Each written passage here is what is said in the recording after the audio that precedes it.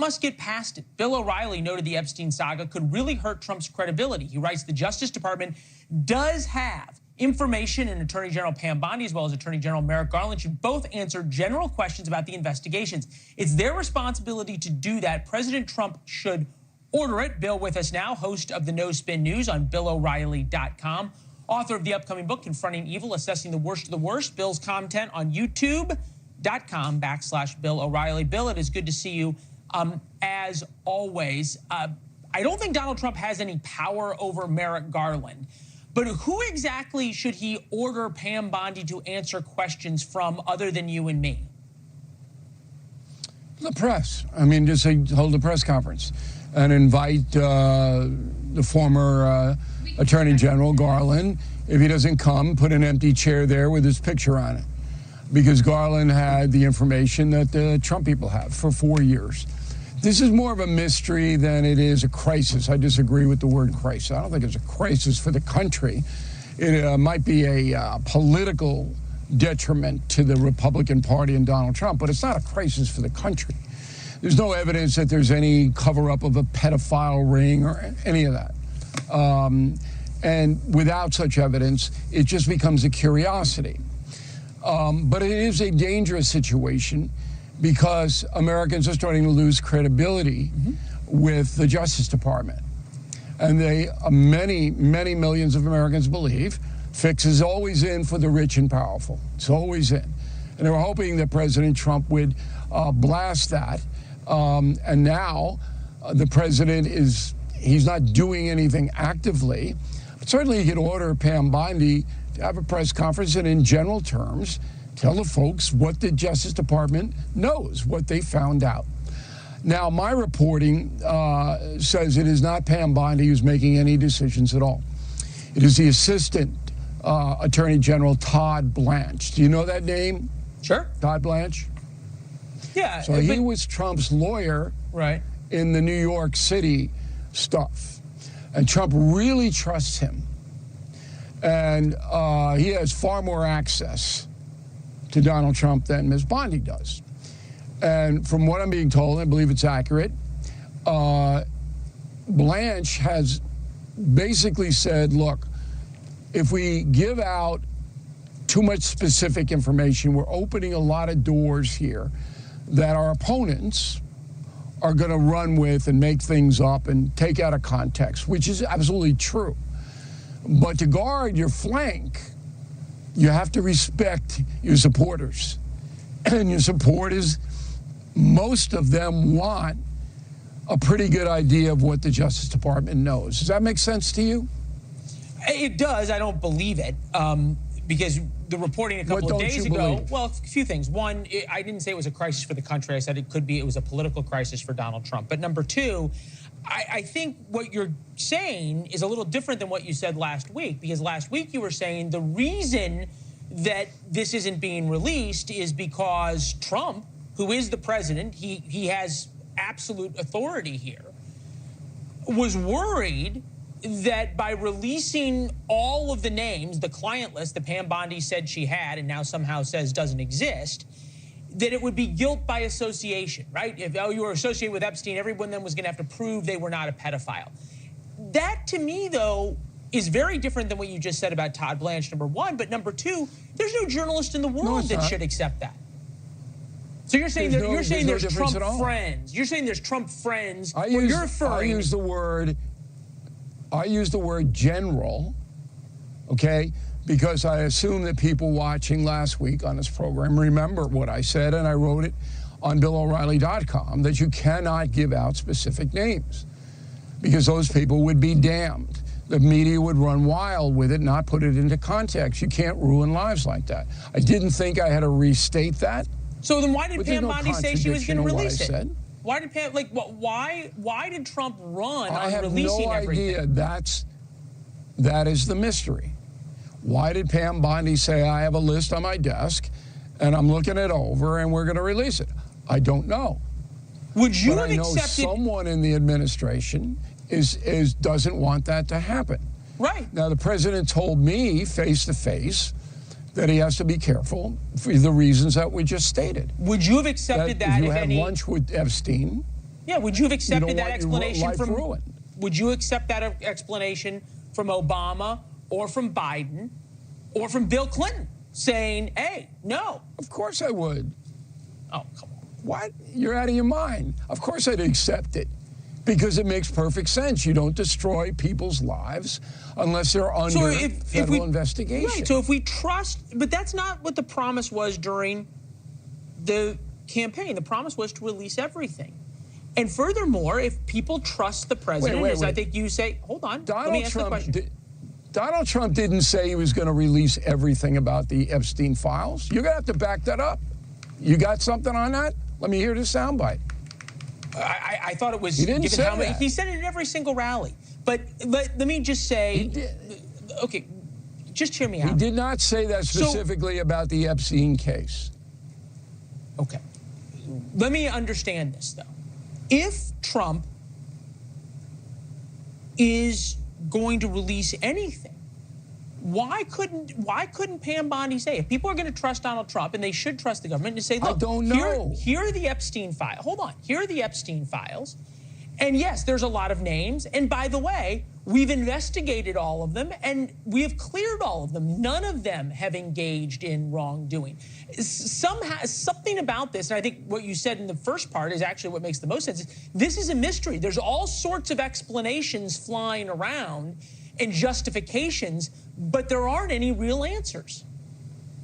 Look, Leland, there's a reason why all criminal investigations are redacted when there is no prosecution, okay? But you can release names of somebody under investigation. That is absolutely legitimate to do. But in this case, as I pointed out 50,000 times, and as you well know, the press is not going to apply any context, nor are the gutter snipes on social media. If your name is in the Epstein file or papers, you're going to be attacked, period. That is what's going to happen. And Trump knows that. So I concur with him 100% that you don't throw names out there unless there's some kind of guilt or investigation attached to them. Okay. But it is a mystery, and I think not a smart thing, to create the perception that the Trump administration is hiding something. And that is the perception that is out there now. Tomorrow, if I were president, I would say to Ms. Bondi, you get Merrick Garland, we'll call him up if we can find out where he is, and you two will answer general questions, which you and I can put names on. And you and I know Garland's not going to show up. But the people who are showing up, embarrass him. The people who are showing up are Democrats on this issue. We'll play Hakeem Jeffries. Take a listen. The American people deserve to know the truth. What, if anything, is the Trump administration and the Department of Justice hiding? All right, then Van Hollen, appropriations amendment, the provision calls for wait, before you get to anybody else, come back to me. I want to address the minority leader in the House. This is how disingenuous that comment was, and this is what infuriates me about these people. Jeffries knew the Biden administration had exactly the same thing the Trump administration has on Epstein. Exactly. Right. Because Epstein was convicted during the Biden administration. Not one time did Hakeem Jeffries call for any exposition of what the Biden Justice Department knew. Not once. So this guy's a top phony, okay? He's a political player. He doesn't care about the truth. He doesn't care about the people. Hold on, Bill. This is what he does. Hold on, Bill, hold on.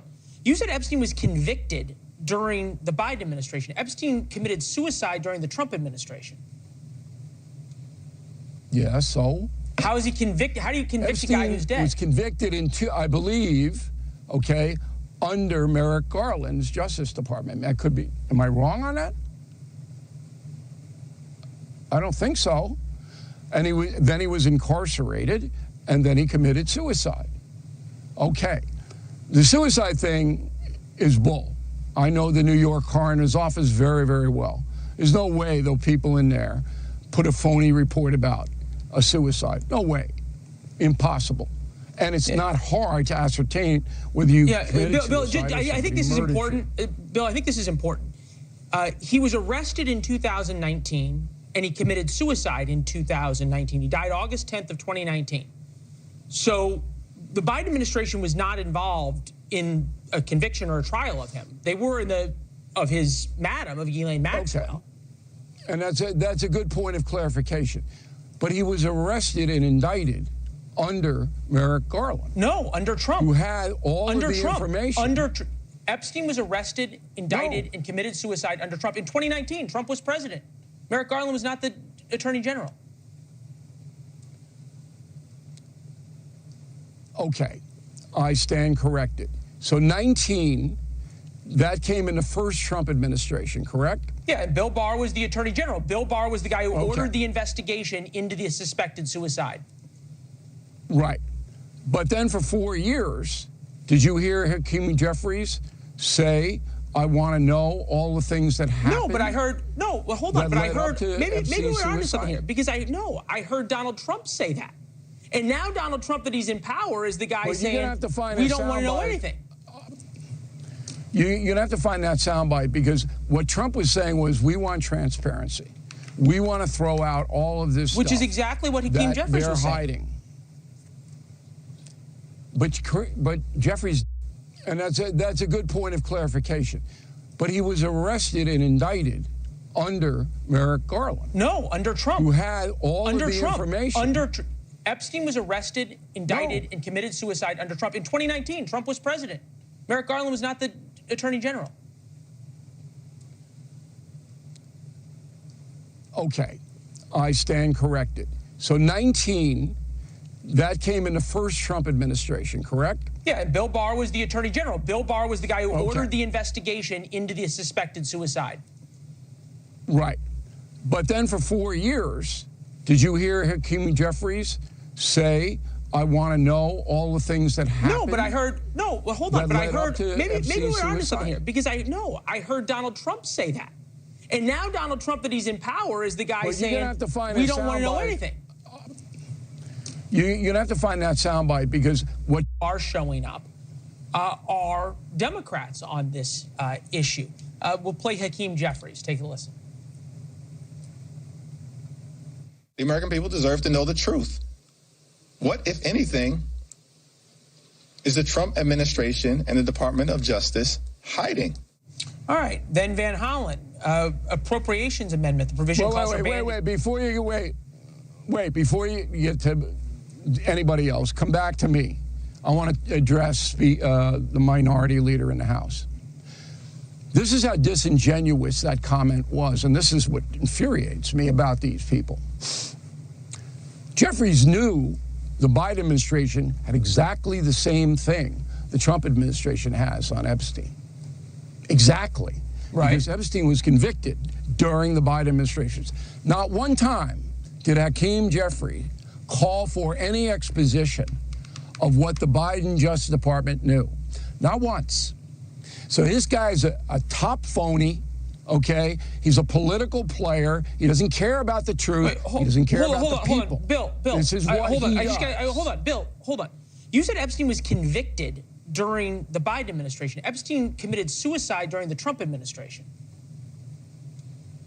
Yeah, so? How is he convicted? How do you convict Epstein a guy who's dead? Was convicted in I believe, okay, under Merrick Garland's Justice Department. That could be. Am I wrong on that? I don't think so. And then he was incarcerated, and then he committed suicide. Okay. The suicide thing is bull. I know the New York coroner's office very, very well.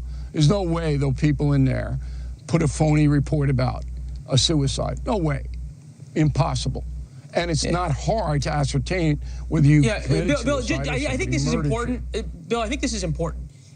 He was arrested in 2019, and he committed suicide in 2019. He died August 10th of 2019. So the Biden administration was not involved in a conviction or a trial of him. They were in of Ghislaine Maxwell. Okay. And that's a good point of clarification. But he was arrested and indicted under Merrick Garland. No, under Trump. Who had all of the information. Epstein was arrested, indicted, and committed suicide under Trump. In 2019, Trump was president. Merrick Garland was not the attorney general. Okay, I stand corrected. So 19, that came in the first Trump administration, correct? Yeah, and Bill Barr was the attorney general. Bill Barr was the guy who ordered the investigation into the suspected suicide. Right. But then for 4 years, did you hear Hakeem Jeffries say, I want to know all the things that happened? No, but I heard, well, hold on, but I heard, maybe we're onto something here, because I heard Donald Trump say that. And now Donald Trump, that he's in power, is the guy saying, we don't want to know anything. You're going to have to find that soundbite, because what Trump was saying was, we want transparency. We want to throw out all of this Which stuff is exactly what Hakeem Jeffries was saying. Hiding. But Jeffries didn't say it for 4 years. Right? Okay. Right, and now Trump is saying, let's move on, and Jeffries is saying we want transparency. Now Trump is now Hakeem suddenly has an epiphany that he wants to know all about it, when his party controlled the White House and the Justice Department, but he didn't seem to want to know about it then. Doesn't that strike you as a little bit disingenuous? Yeah, I feel all politicians are disingenuous. That's why I think you and I are good at what we do. I don't dismiss it that easily. Okay. Now, let's get back to Trump. I want to get to Trump on immigration. But go finish right now on Epstein. All right, I'll do the immigration too. There's no rush tonight. We'll get it to everything. Jeffrey Epstein's ex-girlfriend speaking out tonight. Stacey Williams, a former Sports Illustrated model who dated Epstein in the early 90s, has spent time with both Epstein and Donald Trump together. In one disturbing alleged incident, which Williams went public with last year before the presidential election, Williams says Trump groped her in front of Epstein at Trump Tower in 1993. Here's what she told our Sunland Sirfati when she first broke her silence. The second he was in front of me, he pulled me into him, and his hands were just on me and didn't come off. Then the hands started moving, and they were on the side of my breasts, on my hips, back down to my butt, back up, sort of. Then they were just on me the whole time, and I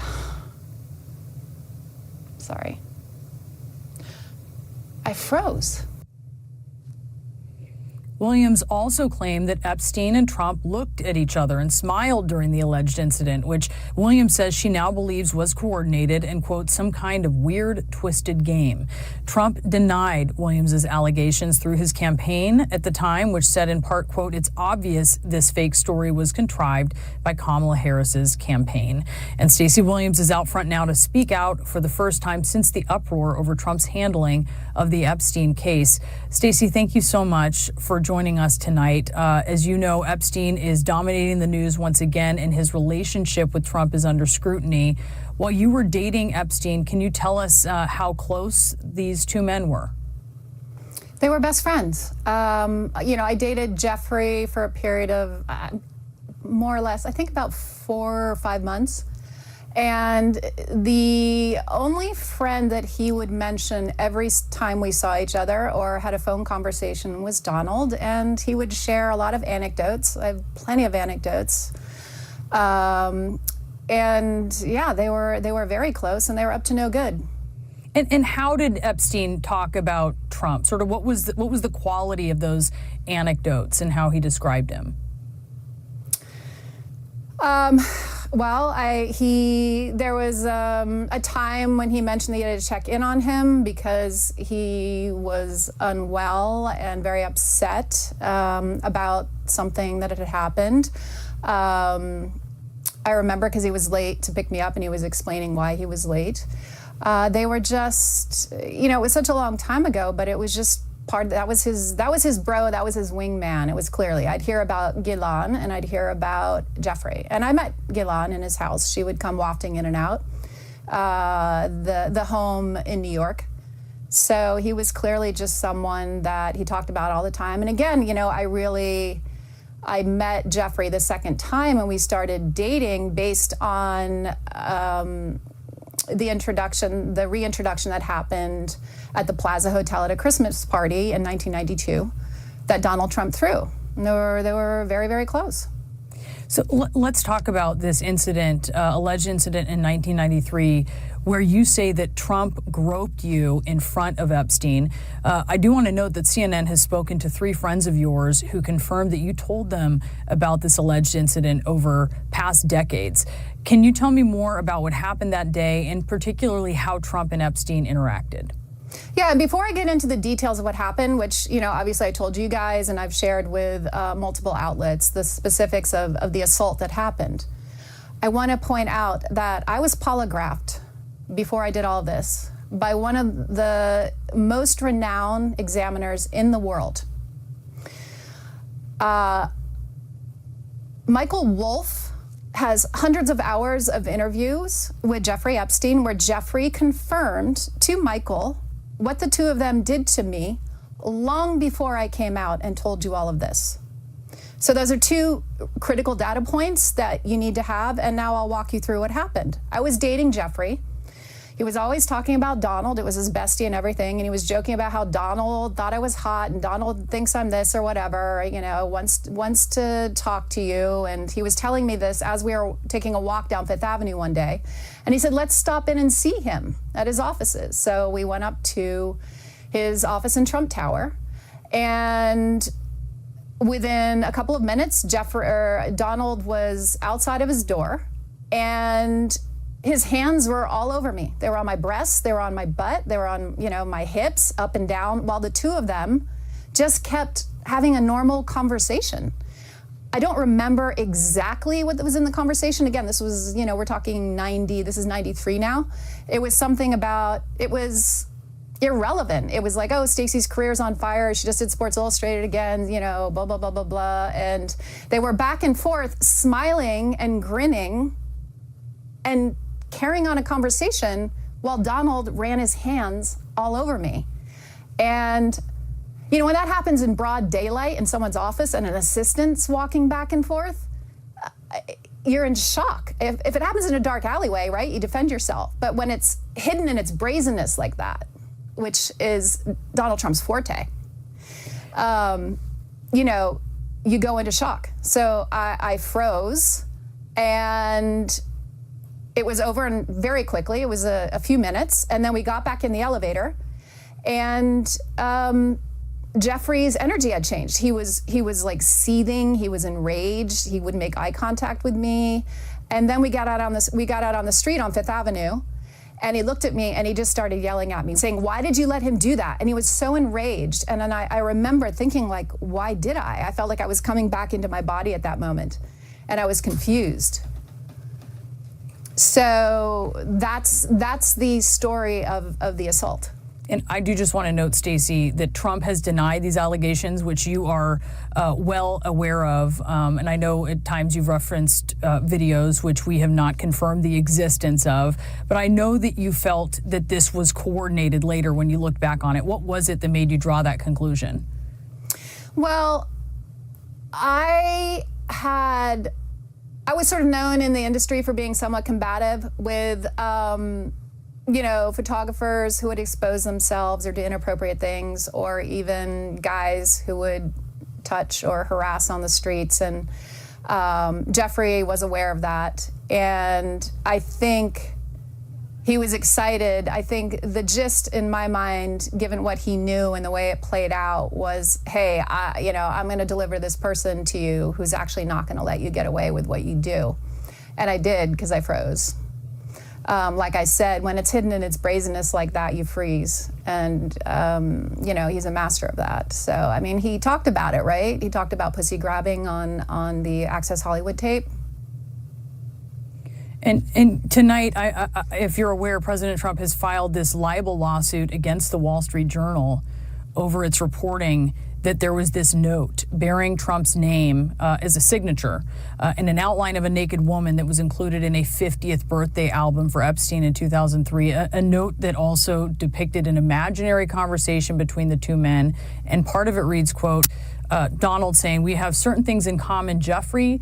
Jeffrey, yes, we do. Come to think of it, Donald, enigmas never age. Have you noticed that? Jeffrey, as a matter of fact, it was clear to me that the last time I saw you. And then finally, Donald, a pal is a wonderful thing. Happy birthday, and may every day be another wonderful secret.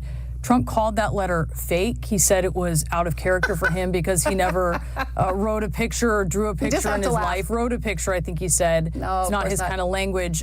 Based on your time with both men, does that sound out of character to you? What, are you kidding me? I know what they were up to together. It happened to me. I was polygraphed. I have the post-assault postcard with a love note. So I have the receipts. Where are Donald Trump's receipts? Where are they?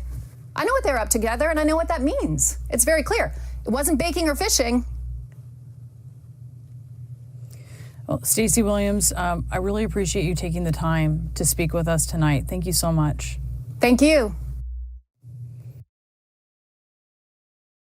Oh my gosh, I was 14 years old. Like, what the hell do you know when you're that young? Jennifer Arose grew up in New York with dreams of becoming a Broadway actress. She was thrilled when she was accepted to a performing arts high school in the city. And it was outside that school back in 2001, she says, a woman first approached her. She was definitely trying to get to know me, trying to find out, where I was from, where I grew up, who I lived with. Arose says the woman kept showing up, talking to her, sometimes offering to buy her lunch or a soda.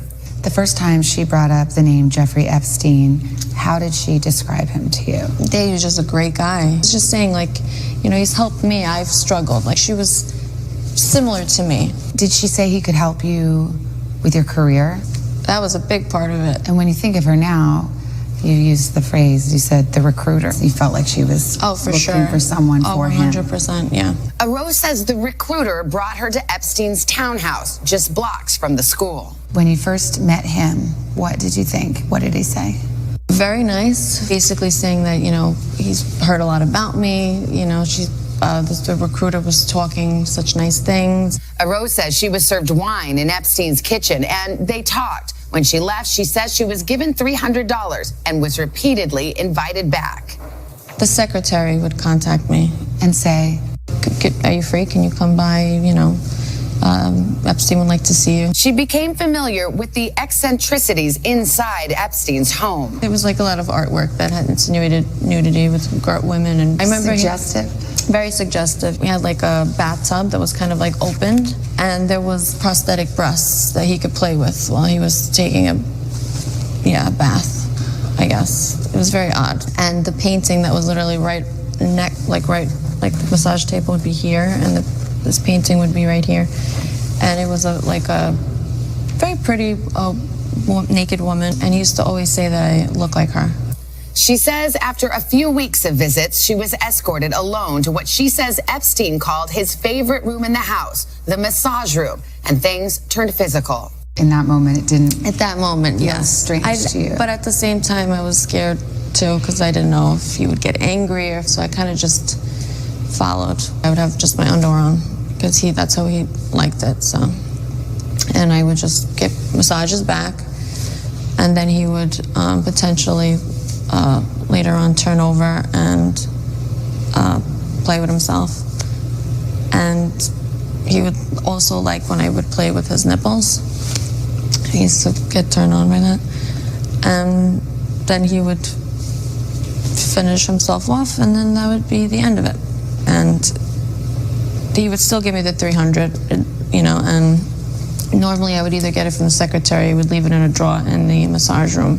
How often do you think it was you were there? Yeah, once a week, twice a week, my freshman year. Did you ever tell him your age?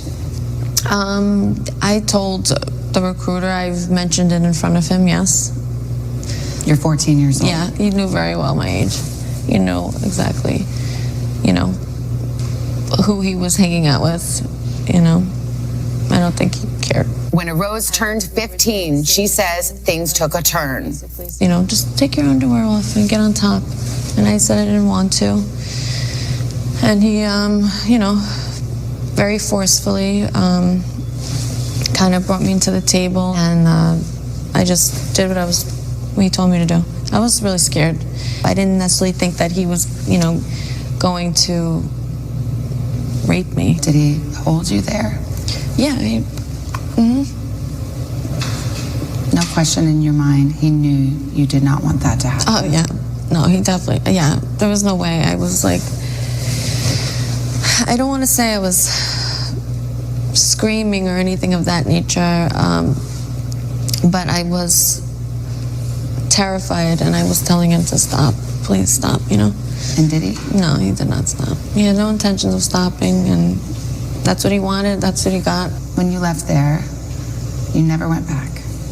After that day, no, I never went back. I was terrified. I was really scared because I didn't want that to happen again. And you left school. Did you leave the school because it was in the same neighborhood? Yeah, it was so close. In your mind, did you use the word rape? Did you recognize it then as rape? No, I don't think I did. I just thought, like, you know, it's my fault. Like, I was, like, obligated. Like, that's just what you're supposed to do. So I really did not know better. When did you stop blaming yourself?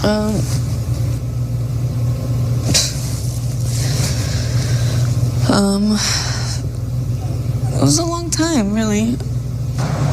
Rose says Epstein's staff continued to reach out to her for more than a year, but she did not respond. She says she didn't immediately tell anyone, including the police, something she says she now regrets. Did Jeffrey Epstein rape you?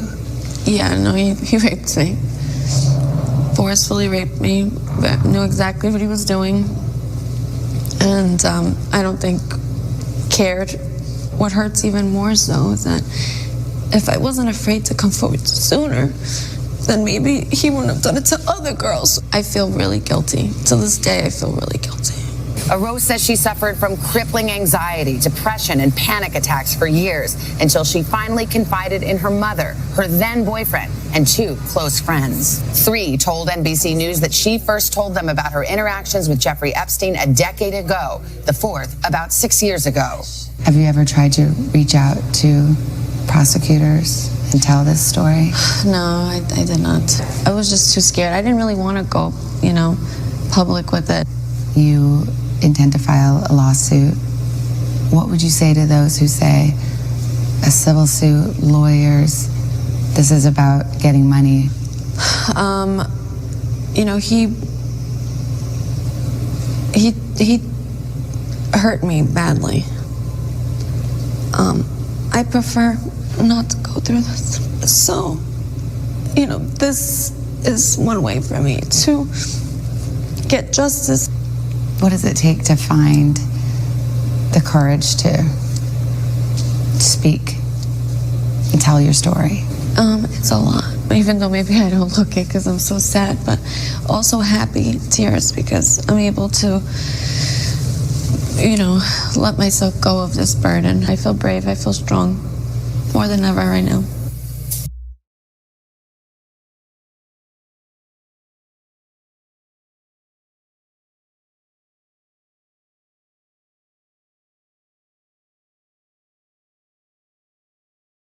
Joining me now, Timothy Hafey, former federal prosecutor and former lead investigator to the House January 6th committee, Miles Taylor, former Homeland Security official in the Trump administration, and Adam Wren, national political correspondent for Politico. Adam has interviewed far-right activist Laura Loomer, who says the Epstein matter could consume the Trump presidency. We're getting into that, and I thank you guys.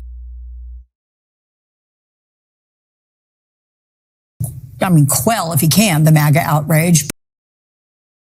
He admits the Epstein grand jury transcripts will not give the base what it wants. And at the same time, his lawsuit against the Wall Street Journal, that could just bring details of his relationship with Epstein out front and center.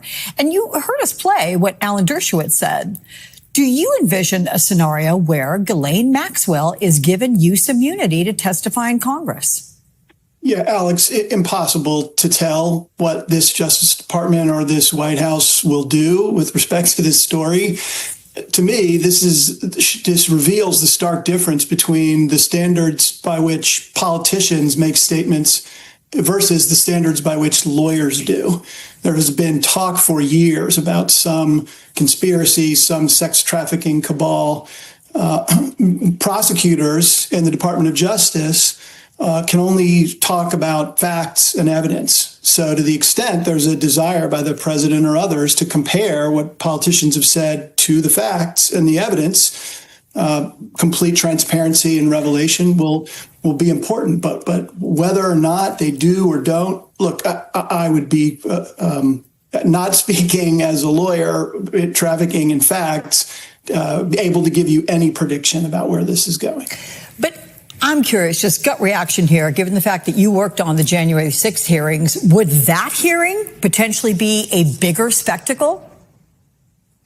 If Ghislaine Maxwell were to be given use immunity? Well, It depends on the facts, Alex. Again, there is a lot of chatter by politicians and others about some larger pattern of nefarious activity. And I don't know what the facts are. This could have been a sexual predator who is luring young women for his own sexual gratification and that of others.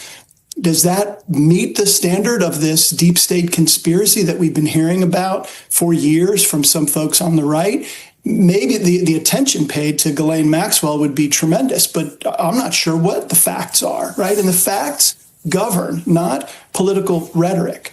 So we'll see what the facts are, maybe, because, again, prosecutors in the Department of Justice and grand juries and judges evaluating the release are evaluating facts, not supposition. So, Miles, Senator Dick Durbin says FBI personnel were told to flag anything in the Epstein files mentioning Trump. And he's asking Kash Patel about reports that he was pressured by Bondi to put 1,000 personnel on 24-hour shifts to mine roughly 100,000 Epstein records. What does this suggest to you? This is huge, Alex. I mean, this data point to me reeks of a cover-up. Now, I'm not necessarily saying that the president was engaged in any criminal activity, but it seems reasonable to think that if this is indeed true, that there was something found in the course of the investigation or the files that the president didn't want to make public. Again, it doesn't have to be criminal. It could just be embarrassing. I mean, the birthday letter reported by the Wall Street Journal from Donald Trump to Jeffrey Epstein, that alleged birthday letter is itself very embarrassing, but not necessarily criminal. And so, the keyword searches looking for Trump's name, I think strongly suggest that somewhere something could have been found that has affected his behavior in this case. Now, if you want to know where this is going, Alex, I would say we have a pretty good comparison, which is go back to the first Trump administration and look what the Russia investigation did to the president's psyche. I saw it up close while he was president, how it affected him. Now, the good news is that, I think the Epstein case will distract Donald Trump from some of the more egregious policies he was pursuing. The bad news is it's going to make Donald Trump desperate to create other distractions because he doesn't want people to focus on this. And one of those immediate distractions has been continuing his war on the free press with this suit against the Wall Street Journal. And I think that we're going to see that crackdown extend further as the president gets angrier at the news media for covering this story. So your suggestion, based on what you witnessed there, is that the president, he's just going to start flailing, putting anything out there for distraction. Anything. I'll give you an example of it, Alex. I mean, I can remember that we had, during the first Trump administration, we pushed for the largest reorganization of the Department of Homeland Security since its creation. And we were in the Oval Office, supposed to talk about cybersecurity and protecting the country against weapons of mass destruction. The president was signing bills to that effect into law. And instead, he ushers the press in. And what does he talk about? He talks about the witch hunt that he called it, the Russia investigation.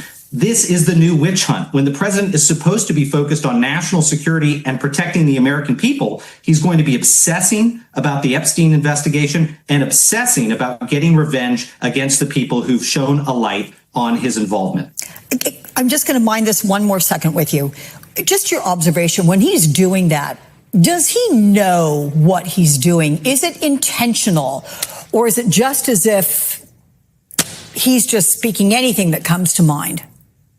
Well, I wouldn't give Donald Trump too much credit for being terribly strategic when it comes to these things. I think he's a lot blunter. He deploys these weapons of mass distraction because he knows that people will chase the next shiny object. And so WMDs are going to be on his mind. That may be good for Donald Trump trying to shift the narrative around, but that's bad for the American people because he's playing a dangerous game with the federal government to try to create those distractions. While sitting in the Oval Office. Okay, so Adam, I'm curious your sense on how this is hitting Trump supporters and the MAGA world, and how would they feel about this idea to give Ghislaine Maxwell immunity to testify before Congress?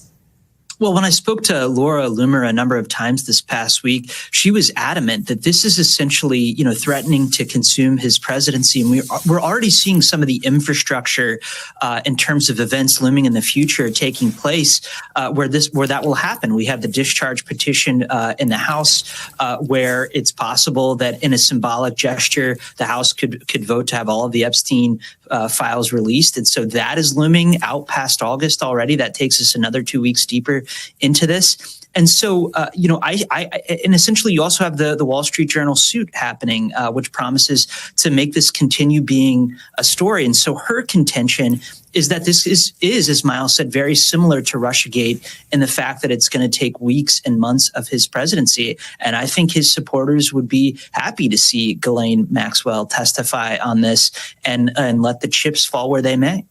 Look, Loomer goes through the conspiracy rabbit hole, as you know, or down it, I should say. She makes all sorts of anti-immigrant and racist posts. She essentially broke that story about Dan Bongino threatening to quit over all this, called for Trump to appoint a special counsel. But what specifically is she interested in seeing from these files? She wants to see, one of the key things that Trump rode to office was the sense that elites were getting a different justice system than the rest of America. And she wants Trump to end that. And the problem is that he is potentially implicated in all of this, given the reporting that Politico hasn't matched, by the way, from the Wall Street Journal. And so, this is something that she wants to see rooted out. And what's not clear to me is how she squares the idea of an independent prosecutor, which she has called for and which others like Steve Bannon have called for a number of times, and to the fact that if Trump were to appoint, which he said he's not going to do, that would essentially admit that he has some sort of bias in this case. And so, I think her motive here is to see the elite face the same justice system that the rest of America does. Adam, she has kind of a shadowy reputation. She's a shadowy figure. I'm curious what it is and how she's able to maintain such close ties within the White House and directly to the president. Well, President Donald Trump himself has praised her courage. She doesn't seem to have any sort of outside influences beyond her ideological project guiding her, and he likes that. He's impressed by it. We've seen that, and of course, she's built a relationship with Vice President J.D. Vance, visiting him last month, according to some reporting at the Executive Office building. And so, she is close to the White House, despite some White House aides' apprehension about her presence in the Trump administration. Many of them don't like it, but Trump listens to her, and he sees a fearless operator and thinks that's quite something. So, Tim, you have Senator Ron Wyden, who wants Epstein's banking records made public. Let's play some of this. Somewhere in the Treasury Department, Mr. President, locked away in a cabinet drawer, is a big Epstein file that's full of actionable information. Follow the money details, 4,725 wire transfers, adding up to nearly $1.1 billion flowing in and out of just one of Mr. Epstein's bank accounts. So, Tim, have investigators already gone through Epstein's banking records? And can those be complicated somewhat by the fact Epstein was also a money manager for wealthy people?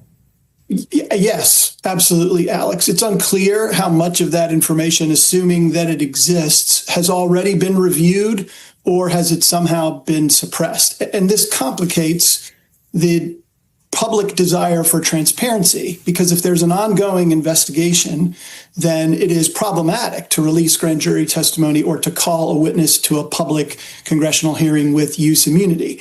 I don't know if there's any active investigation involving these wire transfers or anything else related to Jeffrey Epstein. If there's not, then there's a very strong public interest in transparency and release. If the material Senator Wyden is talking about has been reviewed and has not resulted in any criminal charges, then again, it's all part of the public interest in transparency. Facts matter. Let's see what the facts are and dispel this notion of whether or not there was or wasn't some deep state cabal. But if that stuff is new and it hasn't been reviewed, then it makes it a lot harder to release any additional information, because that would suggest the investigation is ongoing.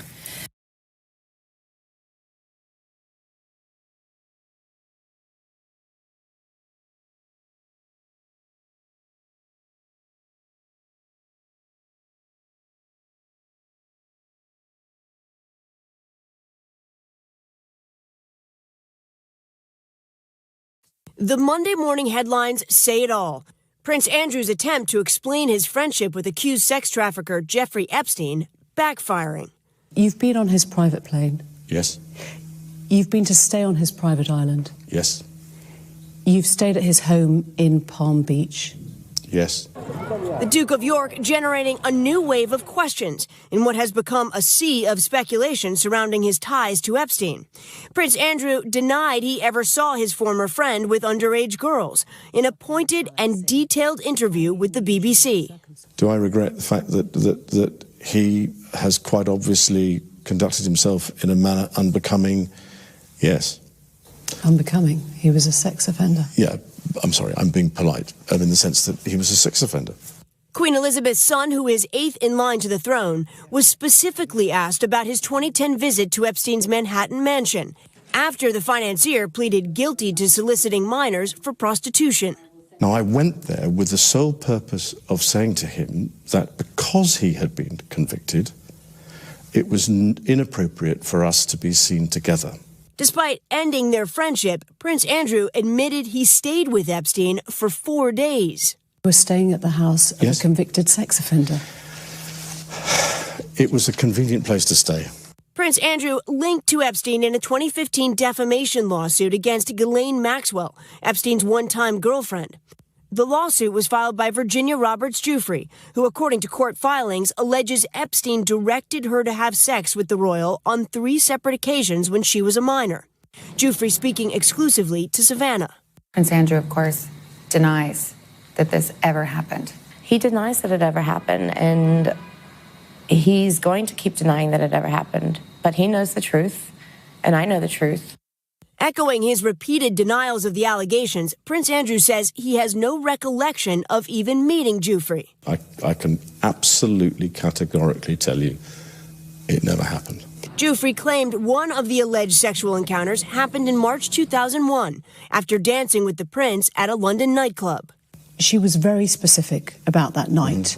She described dancing with you and you profusely sweating, and that she went on to have possibly. There's a slight problem with the sweating because I have a peculiar medical condition, which is that I don't sweat. Prince Andrew, who served in the Royal Navy, says he developed the rare medical condition during his combat tour in the Falklands War. The royal also casting doubt on the authenticity of this photo, appearing to show him with Giuffre when she says she was just 17. That's me, but whether that's my hand or whether that's the position, I have simply no recollection of a photograph ever being taken. I'm not one to, as it were, hug, and public displays of affection are not something that I do. The prince provided this explanation for where he was that night. I was at home. I was with the children. I'd taken Beatrice to a Pizza Express in Woking for a party at I suppose sort of 4 or 5 in the afternoon. And then, because the Duchess was away, we have a simple rule in the family that when one's away, the other one's there. Regarding his 2010 visit to Epstein's Manhattan mansion, Prince Andrew did acknowledge he let down the royal family, saying he kicks himself on a daily basis. As for Giuffre, she and her attorneys have not responded to our multiple requests for comment. Wow. That was such an eyebrow-raising interview. The royal family, are they saying anything about? Well, the Queen knew about this interview, but they haven't made any public comment. His ex-wife, Sarah Ferguson, has called him, quote, a true gentleman. But also, guys, this comes as reports that 2 weeks ago, a public relations person working for Prince Andrew resigned because he didn't want him to conduct this interview. So how's it being received overseas? I mean, not well. And you can imagine the British tabloids have launched into it. The furor over it does not seem to be settling down today. Some of these explanations, like saying, you know, he went to Epstein's house to say we can't be friends, but then stayed there for 4 days. Right. It just doesn't. There are a lot of people scratching their heads. If that's the explanation, you don't go to break up with someone and then stay there and have a dinner party as well, which is another thing he talks about. All right. Thank you, Steph. Thank you.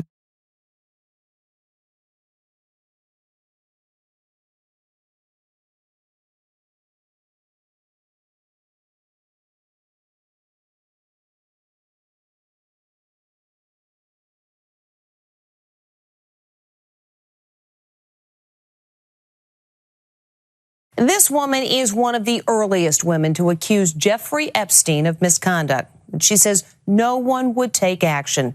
Today, in the second part of our Inside Edition exclusive, Alicia Arden shares the audio tapes made just hours after she says she was manhandled by the now deceased Epstein. It's the never-before-heard phone messages that this model and actress says proves Jeffrey Epstein assaulted her at this upscale Santa Monica beachside hotel.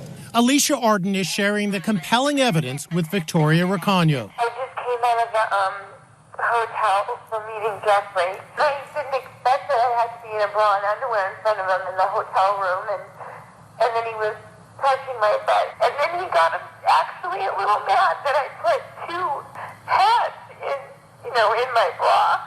So I took it. Clearly, he touched you, and you sound frantic in this recording. I was. It was 1997. Alicia had just appeared on Baywatch and was a lingerie model. She says Epstein lied, telling her he was a recruiter for Victoria's Secret. He arranged to interview her inside his hotel room, where she says he assaulted her. I was putting my skirt down and my top down and my skirt, and I wanted him to stop that. And he started touching my hips and my buttocks and telling me that he wanted to manhandle me. He said the word manhandle twice. I've never heard that word out of anyone else's mouth. How do we know the tapes are for real? This is the original cassette tape that I'm about to play. Inside Edition producer Stacey Galandi tracked down the original cassette recordings, which came from an old-fashioned answering machine. Remember those? Alicia left the messages for a friend 22 years ago after she fled Epstein's hotel room. I was very afraid to do anything. He was bigger than me. I started to cry in the room. Alicia's friend held on to the tape messages, hoping one day they'd be used to prosecute Epstein. I hate men. I can't believe the way I was treated at that police station. I'm mortified. Alicia went to police, but says they discouraged her from filing a report. She explained what police told her in the recording. You let him touch you and you didn't push him away. I said I pulled my skirt down and moved his hand. I was upset at the police officer. She returned a week later and filed this report for sexual battery. In the police report, you described his hands as weapons. I did. Alicia says police never followed up. Why didn't the police officer say something about him, have him followed, or investigate him? Maybe it could have saved these underage girls. Police tell Inside Edition they did follow up, interviewing both Ms. Arden and Jeffrey Epstein, but they say Ms. Arden didn't want to pursue criminal charges, and she disputes that.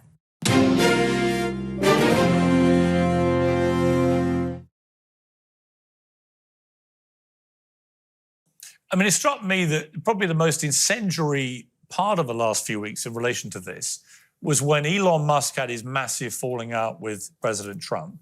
And he went on late night on his own X social media platform and posted, the biggest bombshell is that President Trump is in the Epstein files. And then just a few weeks after that, 3 weeks or whatever it may be, the whole thing gets shut down. The conspiracy theorists are having a field day with that axis of the timeline. You know, Elon Musk says that right at the point that many in the administration, Alina Habba came on my show, could not have been more like, this is big and scandalous and there's going to be names and details and everything else. And then the Elon post, and then it all gets shut down. You know, you don't actually have to be a mad conspiracy theorist to think that's all a bit weird. Yeah, you can be a conspiracy person. I mean, weird is a good word, but how does Elena and Elon know what's in the file? They don't know. And I think Elon Musk repudiated that X posting, did he not? Didn't he not repudiate I think he that? deleted it. I don't think he's repudiated it. I think he just deleted it. Yeah, I mean, I don't think he's pushing that now. I think that's accurate. But look, I don't know what's in the file. You don't know what's in the file. No. The only people that know, here's who knows what's in the file, okay?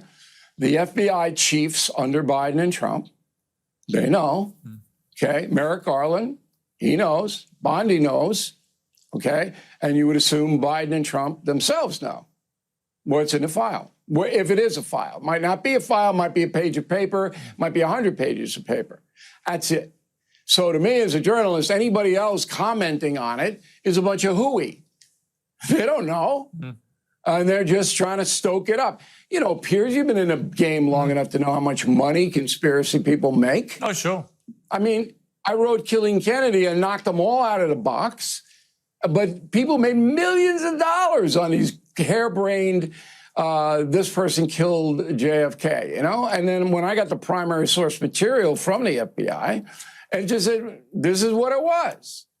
And, you know, conspiracies make money and they draw attention to people who peddle them. We don't ever play that game here. We start with multiple breaking news developments on Donald Trump and Jeffrey Epstein. Late today, Donald Trump filing a libel suit against the Wall Street Journal over its new Epstein reporting. Also late today, Trump's DOJ filing a motion to unseal grand jury testimony about Epstein. Trump's new suit names Rupert Murdoch, the Journal's parent company, and the 2 reporters who broke that story. The Journal detailing a 2003 letter that Trump reportedly wrote to Epstein for his 50th birthday. The Journal describes the letter as, quote, bawdy. It contains several lines of typewritten text framed by the outline of a naked woman, which appears to be hand-drawn with a heavy marker. In the message, Trump reportedly imagines a conversation with Epstein. Quote, Donald, we have certain things in common, Jeffrey. Jeffrey, yes, we do, come to think of it. Donald, enigmas never age. Have you noticed that? And it ends with the line, Donald, a pal is a wonderful thing. Happy birthday. And may every day be another wonderful secret. Trump denies the story. Quote, this is not me. This is a fake thing. It's a fake Wall Street Journal story. I never wrote a picture in my life. I don't draw pictures of women.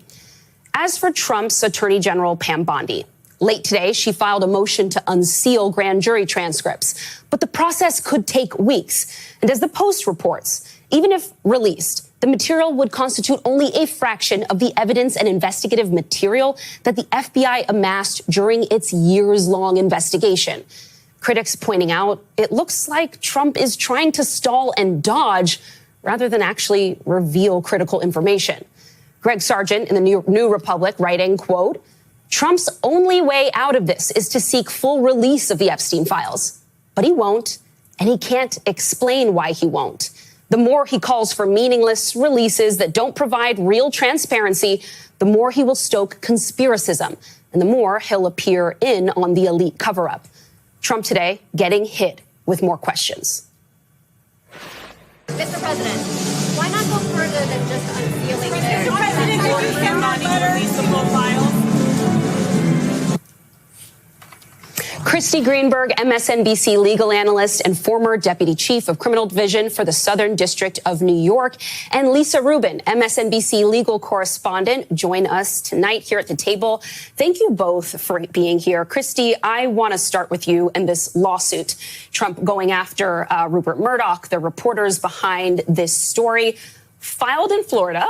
in the district where a judge named Eileen Cannon just so happens to be. I'm curious what you think is going on here and if he really has a shot at being successful in going after this story.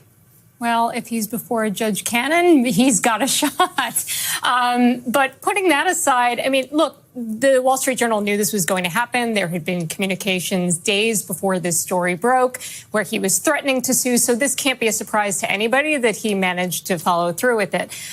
Whether or not he has a leg or sourcing wasn't that they reported it accurately. So given all of that, I think he's unlikely to succeed unless he happens to get a good draw with good old Judge Cannon. Lisa, is there any chance here that a lawsuit could actually backfire on Trump in this case? It could. And the way that it would backfire on him, Antonia, is through the discovery process. Because as you know, if a case were to survive a motion to dismiss, then the parties begin to exchange information that helps them prove either their claims or their defenses. As the plaintiff in this lawsuit, Donald Trump would have to sit for a deposition. And as an observer of prior Trump litigation, including both of the E. Jean Carroll trials, I can tell you that where Donald Trump has an opportunity to defend himself, he is always his worst enemy. He literally buried himself in the E. Jean Carroll trial through his deposition there. That's where he mistook a picture of E. Jean for his then wife, Marla Maples. It's also where he doubled down on the Access Hollywood tape and said that he considered himself a star. In other words, yes, when he said that stars could do certain things, he was absolutely talking about himself and describing his own modus operandi. Those were things that two juries of his New York peers held against him in the E. Jean Carroll case. If his defamation case were to go that far, Donald Trump would have to sit for a deposition, exchange materials. But of course, Donald Trump is counting, Antonia, on it never going that far. Because in the two lawsuits that he's filed to date against other media organizations, he has extracted settlements from them well before those things could ever happen. So you think his hope here is basically that the Wall Street Journal's parent company is like, we want this to go away and we'll pay for it to get out of our face? Yes. I mean, I think the Wall Street Journal's parent companies will first try what I suggested, which is to move to dismiss on legal grounds, to say that whatever Donald Trump's complaint says against them doesn't even meet the legal framework for a defamation claim. Now, we haven't seen that complaint yet. It hasn't been filed. If your viewers or you have noticed me like typing away at my computer, it's because I'm trying to find that complaint as soon as it's publicly available. All we know is that a docket has been created, meaning a case has been created online, that he has sued 5 entities or individuals, and that the case is described online as being a defamation case. Beyond that, we don't even know who represents Donald Trump right now. On the docket, he's described as pro se, which is the legal term for someone who represents themselves. Clearly, Donald Trump is not representing himself in this case. So there's a lot we still have to learn about Donald Trump's defamation case against the Wall Street Journal, its reporters, and Rupert Murdoch. But by naming Murdoch himself as a defendant, I think that's sign number one that he's hoping for a settlement. So a lot still to come there. But then, Christy, on this effort to unseal the grand jury testimony going through your former workplace, can you break that down for us? And how likely is it that those documents, all that testimony, will actually see the light of day? It's unlikely that those grand jury transcripts will see the light of day.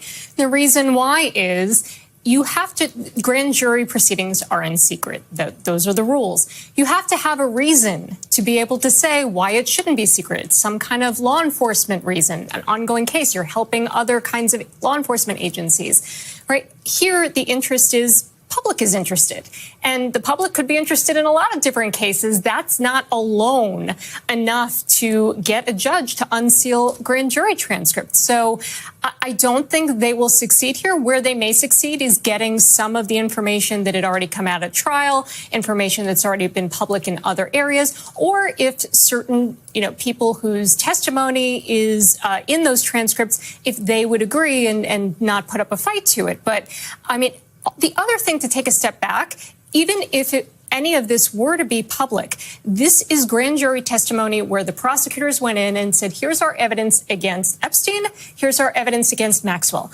Not against Donald Trump. I would be shocked if you saw Donald Trump's name anywhere in these transcripts. Right. Remember, A.G. Barr was the attorney general at that point.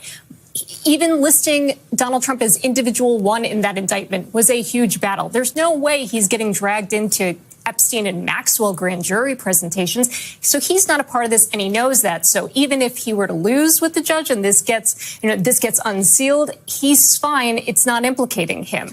And it's not really, I think, going to implicate anybody else, because that wasn't the point of those presentations. There weren't other targets there that they were looking to indict. So the base's interest in a client list and finding out all these other people who they believe may be culpable, that's not what you would see in this transcript. So this is a red herring. This is a way for him to distract from the evidence people are actually interested in, which are the notes from interviews of these various witnesses that they looked at in this investigation. And that he doesn't need a court order to turn over. He could turn that over on his own. The fact that they haven't, that's the question people should be asking. Lisa, do you see this as a red herring, as a distraction? I mean, do you think people will be able to understand all of what she's just laid out here, that this is just a fraction of what's out there, and that there's other information the federal government has that it sounds like we still will not see? Mm-hmm. Are people, given the way this story has gone and this fire has just continued to spread, do you think people are going to be on to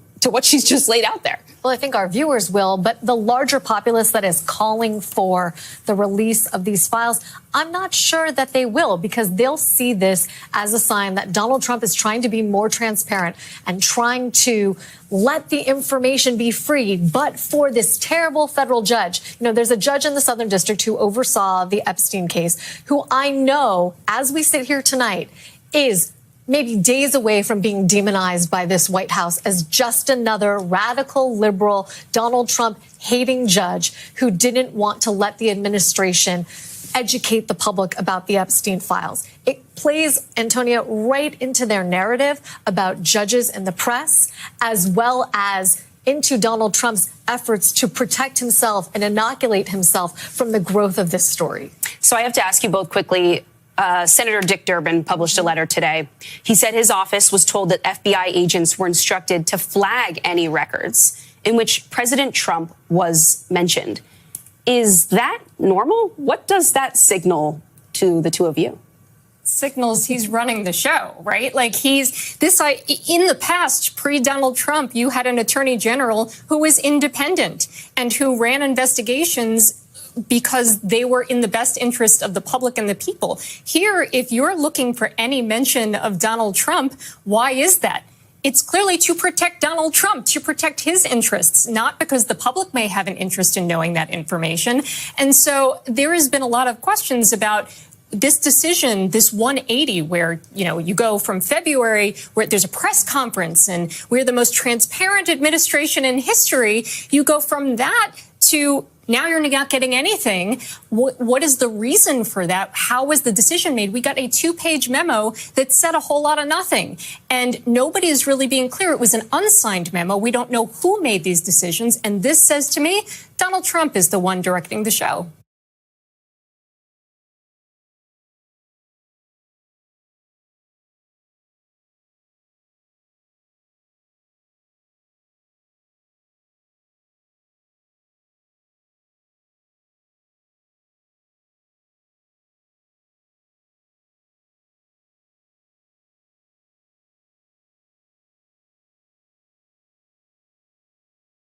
All right, Donald Trump is taking a victory lap on what he calls a growing support amid his handling of the Epstein files. The president took to Truth Social to brag about his poll numbers within the Republican Party, saying they've gone up significantly despite what he falsely calls the Jeffrey Epstein hoax. Of course, there is just one problem with all that: facts. His poll numbers are cratering with everyone else.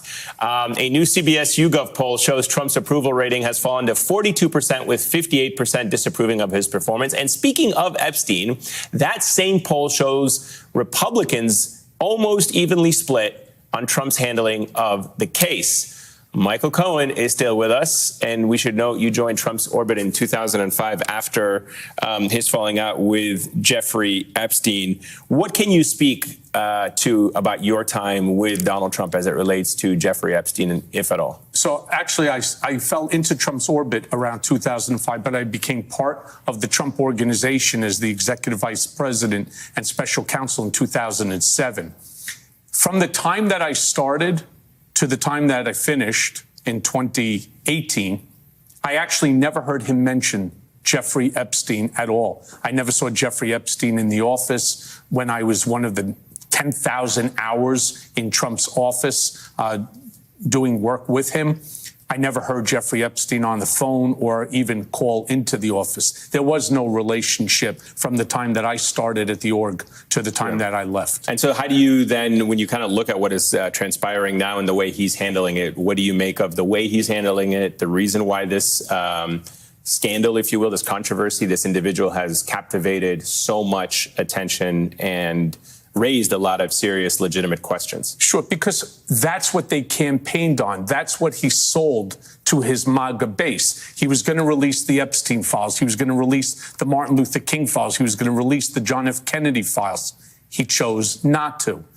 It's a mistake. He should have just released the full file, because by not doing that, all it does is create these conspiracy theories. Oh, he must be guilty of something. And that's why this ridiculous nonsense, I wrote about it again in my Substack this morning, this ridiculous nonsense about the birthday card letter, which is now part of this $10 billion lawsuit. It's the most ridiculous thing. You really think that reporting is ridiculous? Yeah, I think the whole thing is absolutely ridiculous. There's no reason why that should be front page news when we have so many more important things that affect Americans, like 17 million Americans. But doesn't it give us an additional layer of insight into his relationship with Jeffrey Epstein, his one-time friendship? They, of course, ended up having a falling out before you came into the picture here. But I don't think that it's a nothing burger. Yeah, I wouldn't put that on the front page. You send birthday cards to people you don't have a relationship with? Well, I have people who will write me all the time and say, hey, can you sign this, for me, and so on, simply because you're who you are. Now, I'm not going to claim for a second that Donald didn't know Jeffrey Epstein. Right. Obviously, he did. We've got pictures. Forget about video. There's hundreds of 100 pictures between the two of them. The question that I would say is, does this picture that's drawn, even assuming he did it, is it criminal nature? What does it actually show? And the answer is nothing. And if he didn't do it, all he did is he gave the Wall Street Journal a baseball bat, in terms of a lawsuit. If it's a true card, and again, we have NBC and us, we haven't independently verified it, but if it's a true statement, what was written on the card, there were, I think... It's a weird card. It's a weird card. It's a body card. I'm not going to argue with you on that. It is a weird card. Right. That's why I'm saying, criminal. I don't want to misquote it, but I think there was references to our secrets and, you're kind of like me and it takes one to know one. Every day is a secret. Special secret. A special secret. I'm not even sure what that means. Right. But even assuming he did it. And I can tell you, here's another thing. From the time I started and 2005, when I met him, all the way to when I left, I've never seen Donald Trump doodle. He's not a doodler. That I can tell you for certain. Yeah, well, he tried to dismiss that, but then people brought out pictures that he's the Washington Post said a whole thing about yes, but he didn't do those. He didn't do those either. Those were done by his executive assistants. So you're saying he sent fake doodles to charities? Yes, he had them done, and then he put his name onto it. Michael Cohen's breaking a lot of news tonight. Let me be very clear. Donald Trump's not an artist. He doesn't draw. He doesn't doodle. And I can tell you one thing for certain. I think we'll all acknowledge that. The language that's used in that I'm going to disagree with you, because we all remember when he was in the Oval Office drawing the hurricane in Alabama. He didn't draw. He didn't even draw that. He didn't draw. No, what he did is he took it and he moved the hurricane to the left, right? Because you can do that with a Sharpie. That's not the point. And by the way, the language. You have to acknowledge it does not sound like Donald Trump at all. Now, people say, oh, my God, that was Donald of the past. Donald is exactly the same today as he was when he was 20 years old, the same probably that he was when he was 10 years old. He doesn't change. He's the exact same person. It's not his language. When was the last time you heard Donald Trump use the word enigma?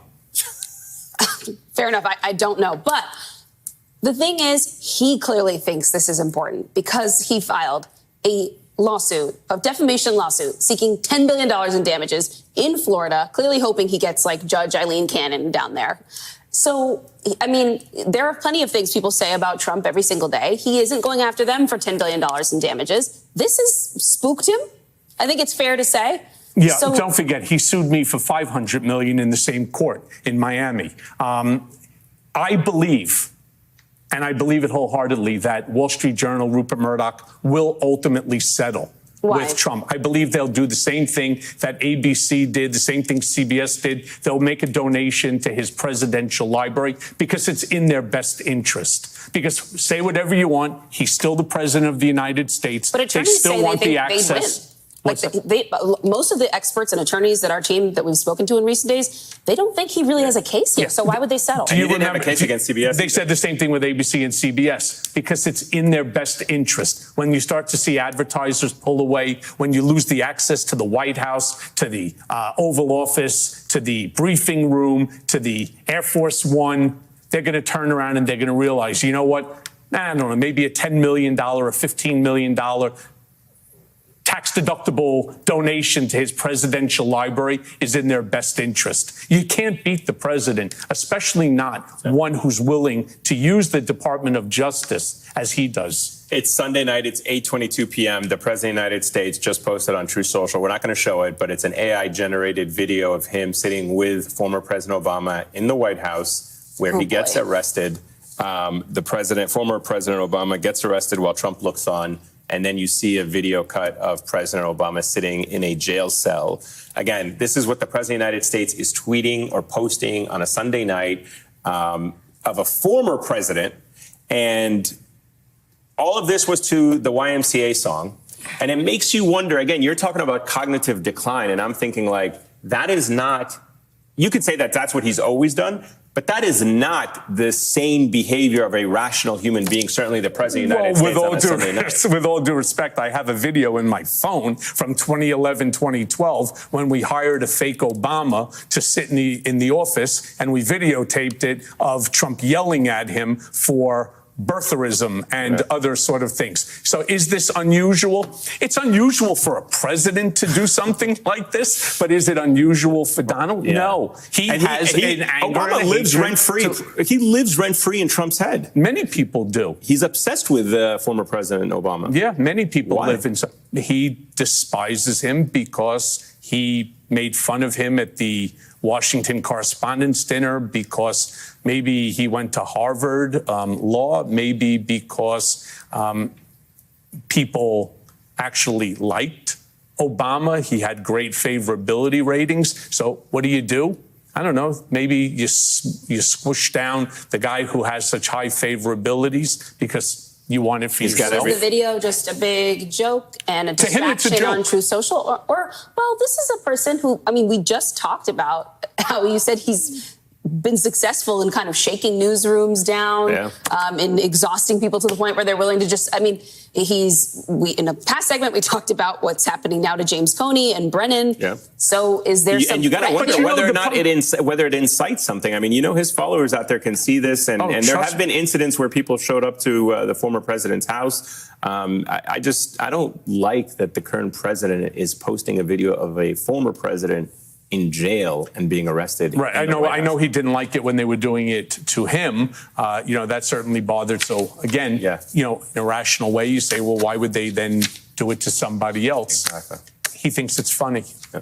Well, Michael Cohen, thank you as always. Good to see you. Always. We'll check in. Never a dull time when you're on set. Trust me, you're going to see my prediction again is going to come true. Keep bringing your predictions to us first. Yes. That's all I have to ask. It was you first. Yes, it was. And let's keep it going. Okay.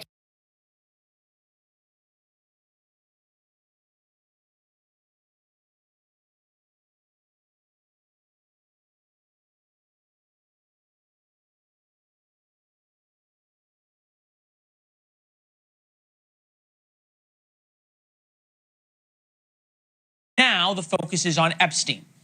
Trump must get past it. Bill O'Reilly noted the Epstein saga could really hurt Trump's credibility. He writes the Justice Department does have information, and Attorney General Pam Bondi as well as Attorney General Merrick Garland should both answer general questions about the investigations.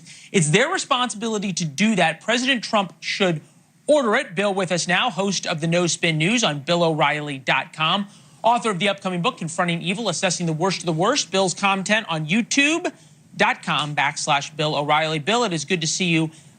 As always, I don't think Donald Trump has any power over Merrick Garland, but who exactly should he order Pam Bondi to answer questions from other than you and me? The press. I mean, just hold a press conference and invite the former Attorney General Garland. If he doesn't come, put an empty chair there with his picture on it. Because Garland had the information that the Trump people have for 4 years. This is more of a mystery than it is a crisis. I disagree with the word crisis. I don't think it's a crisis for the country. It might be a political detriment to the Republican Party and Donald Trump, but it's not a crisis for the country. There's no evidence that there's any cover-up of a pedophile ring or any of that. And without such evidence, it just becomes a curiosity. But it is a dangerous situation because Americans are starting to lose credibility with the Justice Department. And many millions of Americans believe fix is always in for the rich and powerful. It's always in. And they were hoping that President Trump would blast that. And now the president he's not doing anything actively. But certainly he could order Pam Bondi to have a press conference and in general terms tell the folks what the Justice Department knows, what they found out. Now, my reporting says it is not Pam Bondi who's making any decisions at all. It is the Assistant Attorney General Todd Blanche. Do you know that name? Sure. Todd Blanche? Yeah. So he was Trump's lawyer in the New York City stuff. And Trump really trusts him. And he has far more access to Donald Trump than Ms. Bondi does. And from what I'm being told, I believe it's accurate, Blanche has basically said, look, if we give out too much specific information, we're opening a lot of doors here that our opponents are going to run with and make things up and take out of context, which is absolutely true. But to guard your flank, you have to respect your supporters. And your supporters, most of them want a pretty good idea of what the Justice Department knows. Does that make sense to you? It does. I don't believe it. Because the reporting a couple of days ago, well, a few things. One, I didn't say it was a crisis for the country. I said it was a political crisis for Donald Trump. But number two, I think what you're saying is a little different than what you said last week, because last week you were saying the reason that this isn't being released is because Trump, who is the president, he has absolute authority here, was worried that by releasing all of the names, the client list that Pam Bondi said she had and now somehow says doesn't exist, that it would be guilt by association, right? If you were associated with Epstein, everyone then was going to have to prove they were not a pedophile. That, to me, though, is very different than what you just said about Todd Blanche, number one. But number two, there's no journalist in the world that should accept that. So you're saying there's Trump friends. You're saying there's Trump friends. I use the word general, okay, because I assume that people watching last week on this program remember what I said, and I wrote it on BillO'Reilly.com, that you cannot give out specific names because those people would be damned. The media would run wild with it, not put it into context. You can't ruin lives like that. I didn't think I had to restate that. So then why did Pam Bondi say she was going to release it? Why did Pam, why did Trump run on releasing everything? I have no idea. That is the mystery. Why did Pam Bondi say, I have a list on my desk and I'm looking it over and we're going to release it? I don't know. Thank you for watching. Subscribe below and download our News Nation app right now on your phone, and you will get fact-based, unbiased news for all Americans.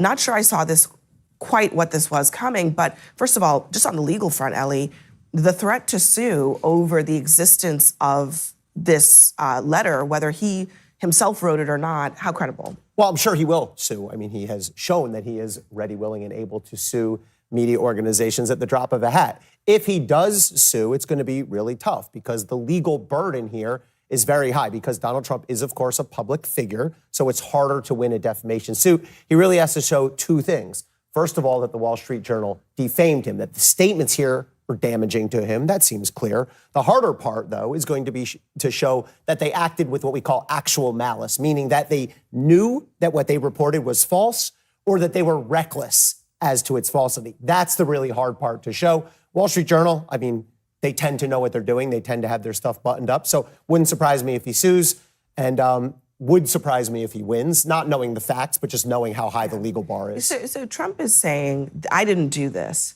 But I think, to me, it's a separate question, Scott, whether this thing exists. And it seems that the Journal has evidence that it does, in fact, exist, and that it's perhaps among the many, many, many documents that are in the possession of investigators here. Yeah, I mean, my reaction to reading this was I mean, 2003, before anything had happened, we know Donald Trump knew the guy. We also know he disowned him and kicked him out of his club. I was waiting all day long for this rumoring of a bombshell. This looks like kind of a dud to me. And look, the president says it's not. I don't know. But either way, this gives me like Kavanaugh yearbook vibes. My impression is Republicans are going to strongly rally around the president on this thing. I mean, he may have been facing some turbulence over the Epstein situation, but this is the sort of stuff that brings people to circle the wagons around him. I'm just to be clear, Trump doesn't agree with you because he's clearly very pissed off about this, perhaps very freaked out about it, I think because it's embarrassing. I think this goes deep into the MAGA psyche and creates a cognitive dissonance. That is why we're seeing them revolt against him in this moment. He was supposed to be their guy who would go in there and do what the people would want and fight against the globalists who are pedophiles. Here's a perfect example of a globalist who is a pedophile. Trump told us, I'm going to out that guy in his client list.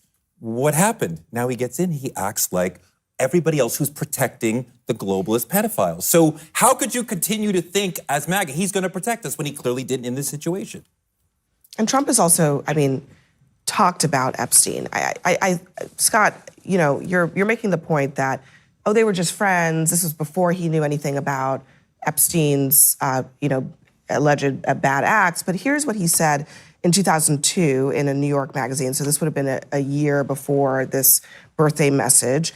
I've known Jeff for 15 years. Terrific guy, he said over speakerphone. He's a lot of fun to be with. It is even said that he likes beautiful women as much as I do, and many of them are on the younger side. No doubt about it, Jeffrey enjoys his social life. This is all in the public record as well. Look, I think two things here. One, I think if this was such a big deal and why it wasn't used against him long before when he was running for president, I believe the president on this one. I think he probably is not a guy that draws pictures. I know a lot of people that have gotten a lot of notes from him and they've never gotten a picture. They get a note from him and his signature that takes forever to sign. Like, I look at this and I sit there and I'm like, this is it? Like, this is the whole thing. Now we're talking about, I don't know if he draws pictures of women, but we do we're talking about pictures here. Okay, I know. We're talking about pictures. We're talking about we 22-year-old stuff. We do have this picture that he got drew. him now. Man, there it is. That's how good he is at it. You got him now. No, it's done now. Yeah, it's done. $30,000. MAGA's turning on Donald Trump. This is going to kill him. Look at this picture, folks. Look at the picture. He's done. He'll never win. He's done. His presidency's over. He should resign. He'll never win the 28 election. He'll never win the 28 primary. It's over. I'm just saying. Trump says in this statement, it's so rare you got 30 grand for a picture. He says, I never wrote a picture in my life. I don't draw pictures of women. I don't know if he draws pictures of women, but he has drawn a picture in his life with a Sharpie, which is similar to what we are hearing about this image. Look, I think, Abby, here is the bottom line. Whether or not he drew this picture, whether or not this was actually a letter that he, actually wrote or typed out or whatever it was with the weird picture, that he drew behind her and didn't draw behind it. The bottom line is that, to me, is somewhat irrelevant. This is someone who said infamously on camera that came out about 2 months before the 2016 election, I can grab women by the you-know-what, and he still won the election. So I think that kind of persona perhaps is baked in. I think the bigger issue here is that this has caused the MAGA base to kind of lose its mind. And the question is the MAGA base going to come back together, or is this a base that is fractured, that is significantly fractured? Have you lost your mind, Scott? Because people have been, your colleagues, the Charlie Kirks of this world, people you know very well, have been all over the place saying that they're very disappointed in Donald Trump. Well, I should say that Charlie Kirk and Laura Loomer tonight have both said to other outlets that they don't necessarily believe that Trump wrote this or what have you. So they're starting to circle the wagons on this, which is what Scott suggested earlier. The facts of Donald Trump's base are this, and we reported on this morning here on CNN. Since the Epstein business started, his job approval among Republicans has gone up. He's over 90% with Republicans. It's not hurting him with his base. I know you're a Democratic strategist, maybe not an expert on the MAGA base. In his base but look have been very frustrated. But look what's happening. He's gone up. Why? Because while we're all sitting here dealing with this nonsense, out in real America, he's signing legislation on fentanyl. He's talking about the AI future in Pennsylvania. He's securing the border, big beautiful bill. So his numbers are going up with Republicans. This is a fantasy that Democrats have been engaging in since January that Republicans would abandon. No, Scott, do not. Trump, it's not try to happening. put this on Democrats. This Every is something night I that sit the here and MAGA listen base. to a Democrat tell me Republicans don't support Trump, and they do. This has been whether or not you want to call it a conspiracy, whether or not you want to call it something that the MAGA base has cared about. This has been something that has been deeply rooted in the MAGA base for a long time.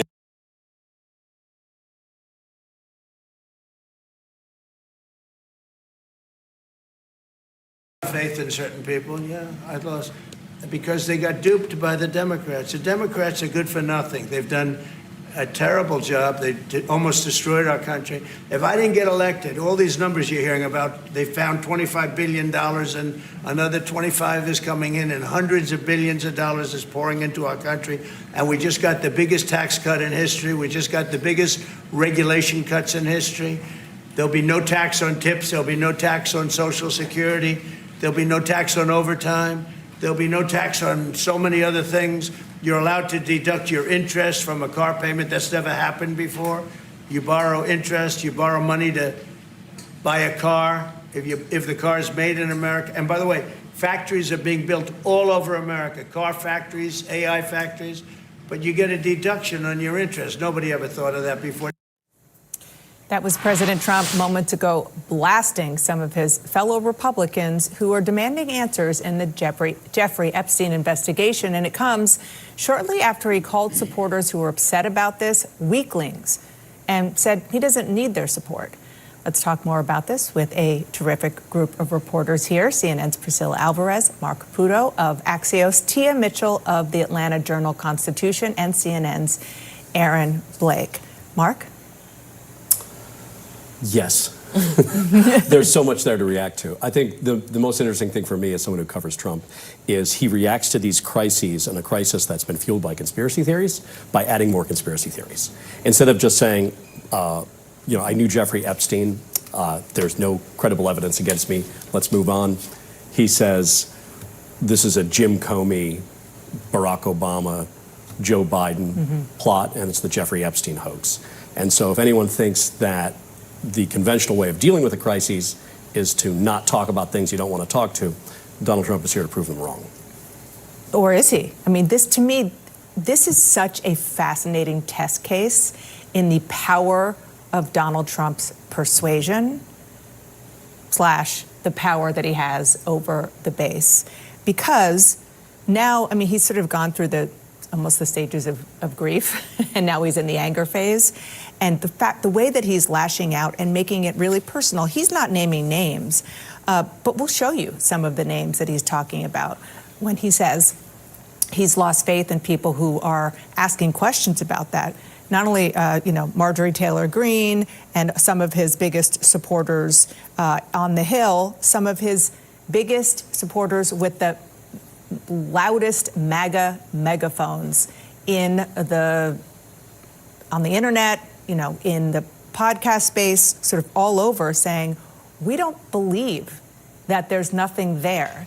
And again, there is no evidence that their doubt or their questions were born out of Democrats. This is all coming from Republicans who have been pushing this for a very long time. Yeah, and I think the question right now is whether he can get people off of this hobby horse that they've been talking about for a very long time here. And he's certainly shown an ability to do that. We had recently, when he decided to strike Iran, that was initially something that MAGA was very skeptical of. They were very non-interventionist. He got them on board with that very quickly. I think this is a different thing, though. This is something that has been building not just since Jeffrey Epstein's suicide in 2019, but going back further than that. You know, we had the whole QAnon thing where the idea was that there's this big ring of pedophiles that Donald Trump is going to come into office and reveal. You know, that was much more extreme. I think Jeffrey Epstein is something that people who are more in the mainstream can get their arms around. We've seen polling that shows... But it's connected to that QAnon It's very much... ideal. I mean, the ethos of both of these conspiracy theories is very similar, but Epstein is more accessible for people. And we've seen polling that shows a plurality of people. You know, most of the people who have an opinion on this don't believe that he actually killed himself. We have a new CNN poll this week that shows only 3% of Americans are satisfied with the answers they've been getting from the government. So this is a very live issue, and this is something that people have really lined up behind for a very long time. That makes it much harder to get them off of that issue. Go ahead. To your point, too, about the base, part of Donald Trump's appeal has been that he has been an outsider and that he is going to go after the establishment and the parts of government that are concealing and that has given way for these conspiracy theories. And I think what's really interesting about this week is that is his base going to see him as now aligned with that establishment? Is he now part of that deep state that they have been railing against? And that is why this in particular just strikes at the core of the base. It goes beyond this particular issue and who he's aligning himself with in this moment. It's so interesting that you say that, because in the break I got a text from somebody saying, who is he trying to protect? Yeah. I mean, it totally speaks to that.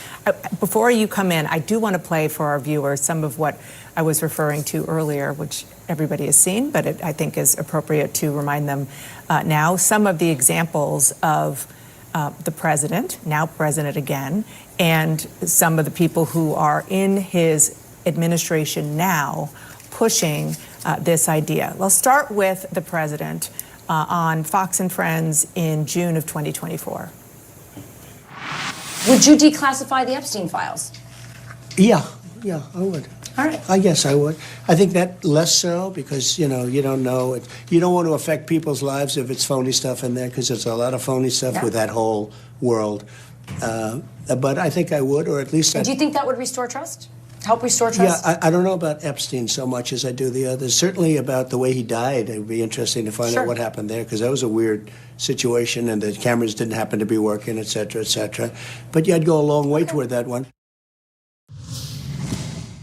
Seriously, we need to release the Epstein list. That is an important thing. Put on your big boy pants and let us know who the pedophiles are. We have flight logs, we have information, names that will come out. Now, I will say it is interesting, given the prism through which we're looking at this now, to hear the president saying, well, we have to be a little careful about phony stuff. Like, there was something going on in his brain.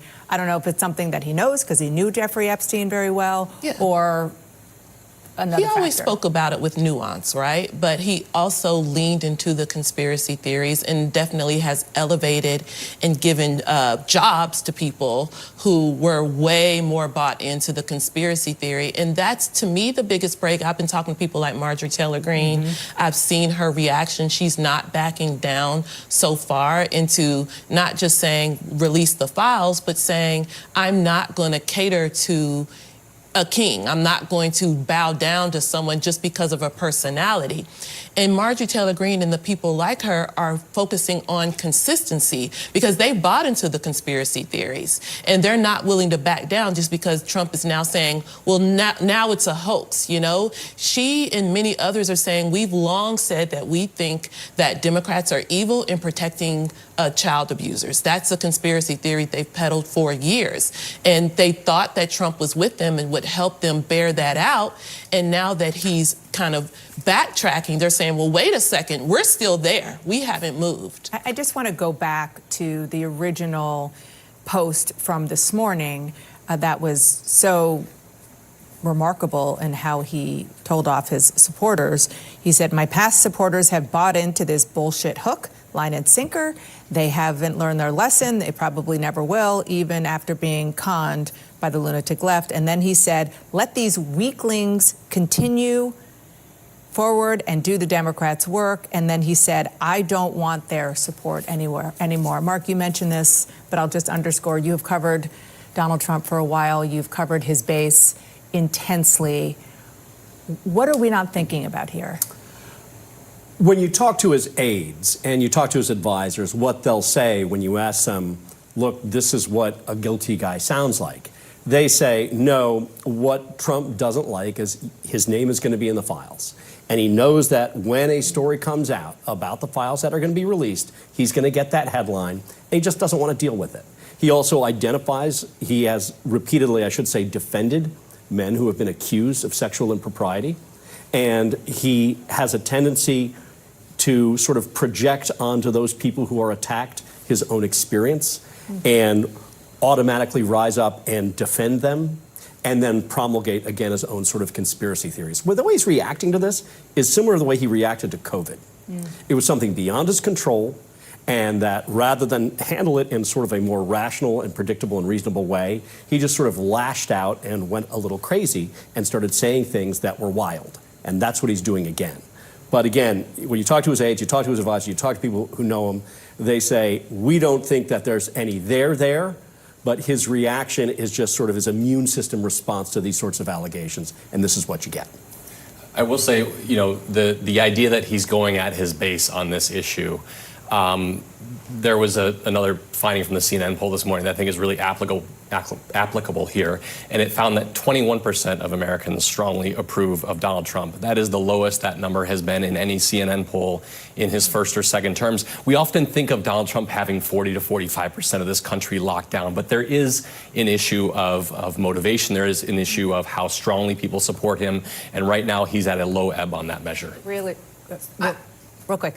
I'll just say it's not just this, because it's also the farm worker issue and immigration and also the wars. This stuff is piling up. Yeah, no, that's a good point. We just had President Trump lash out again at the amount of attention the Jeffrey Epstein files are getting.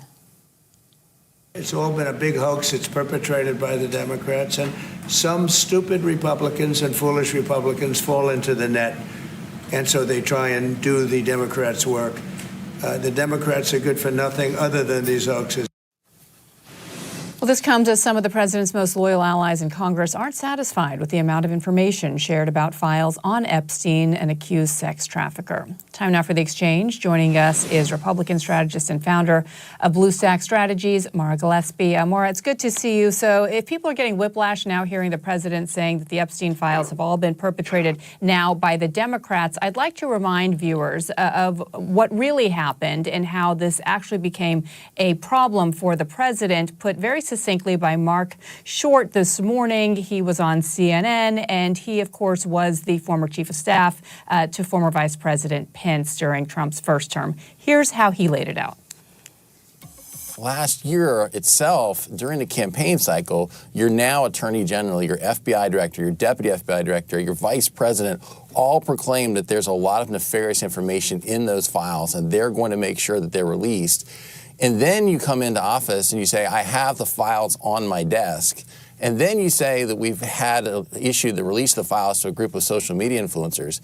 And then your narrative becomes, actually, there are no files. And yet now the narrative is that the files were created by Comey, Obama, and Hillary. I think it's quite a remarkable narrative arc. And that is the actual narrative arc.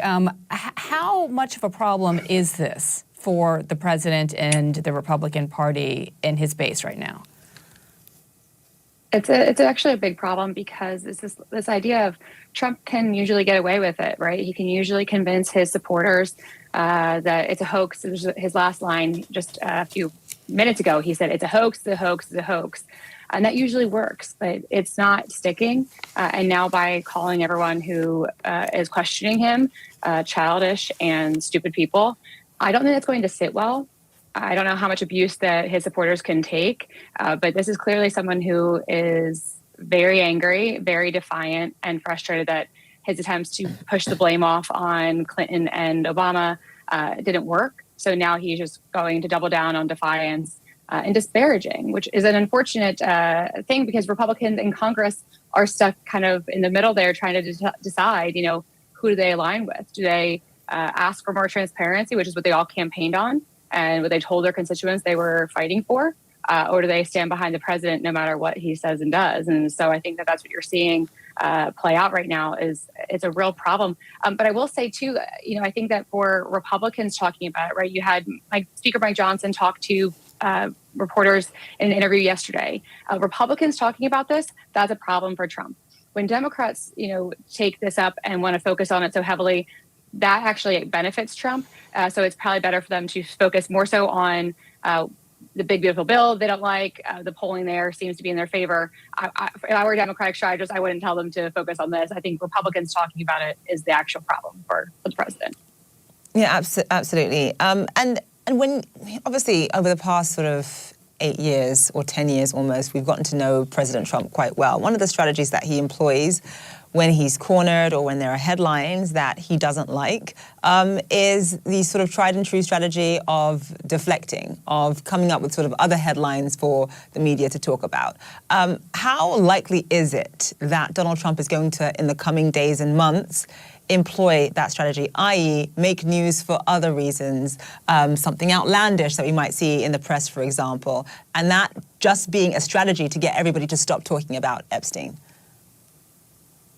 I would expect that to happen. If it doesn't happen today, it will happen by tomorrow. I truly believe that he has seen that work in his favor, but he also likes being part of the news cycle when it serves him well. He enjoys kind of riling it up and seeing how much control he can have over the media and what they talk about from 1 minute to the next.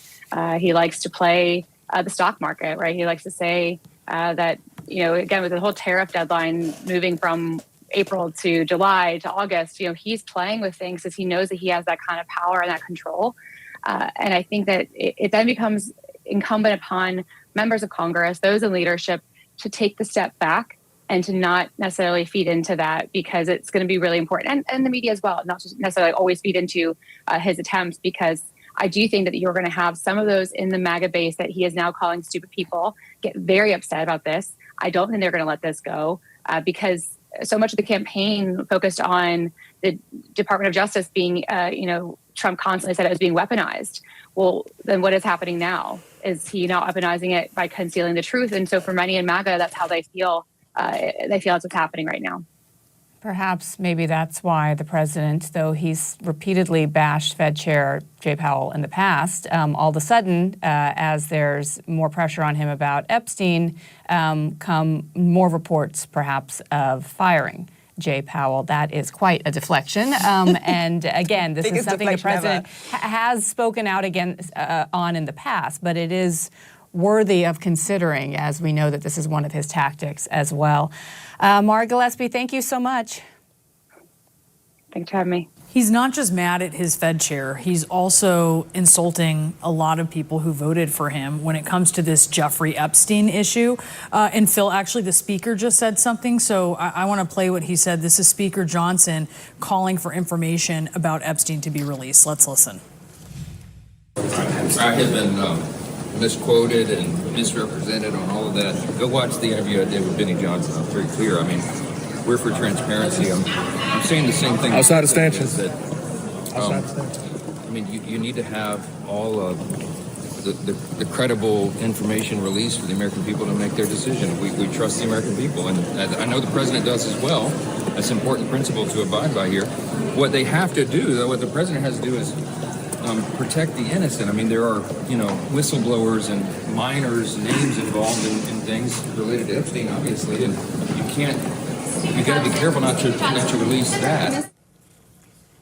I think this speaks to the difficulty that some members, especially in the House GOP, are having with Trump's stance on this. What do you make of what you just heard from the speaker and how Trump is navigating this issue? I think you key on a really important point. This is a box canyon of their own making that is very difficult to get out of when you've been promising something to your voters and very active voting base over the course of a period of years. And that's what makes what the president has done so fascinating over the course of the last couple of days, both on Truth Social, but also in his comments today.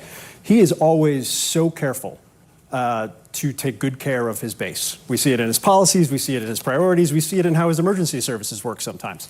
And his willingness to try and go down the path of saying, all those things I told you and all those things you saw, they don't actually exist anymore. If they do exist, they're the Democrats' fault. And it's a hoax, and we need to move on. Why aren't you paying me more attention for my successes? It's a tough game to actually pitch when you've been saying the alternative for the better part of years, and people have voted on it, and your members have gotten behind it, and your members who support you deeply across the board on everything are saying, wait, we said we were going to do this. You've delivered on everything else you promised during the campaign. There's a very long list. It's actually quite impressive. Except for this, that seems strange. Yeah, they're having a hard time selling that it's a Democratic-led hoax, like he is alleging that it is, because it so clearly isn't, and they're struggling with that. That's the hole in it, yes. Yeah. Phil, thank you so much for taking us through that. Super helpful. Let's dig deeper on this with Will Sommer. He is a senior reporter for The Bulwark and author of Trust the Plan, The Rise of QAnon, and the Conspiracy That Reshaped the World. Will, thanks so much for being with us.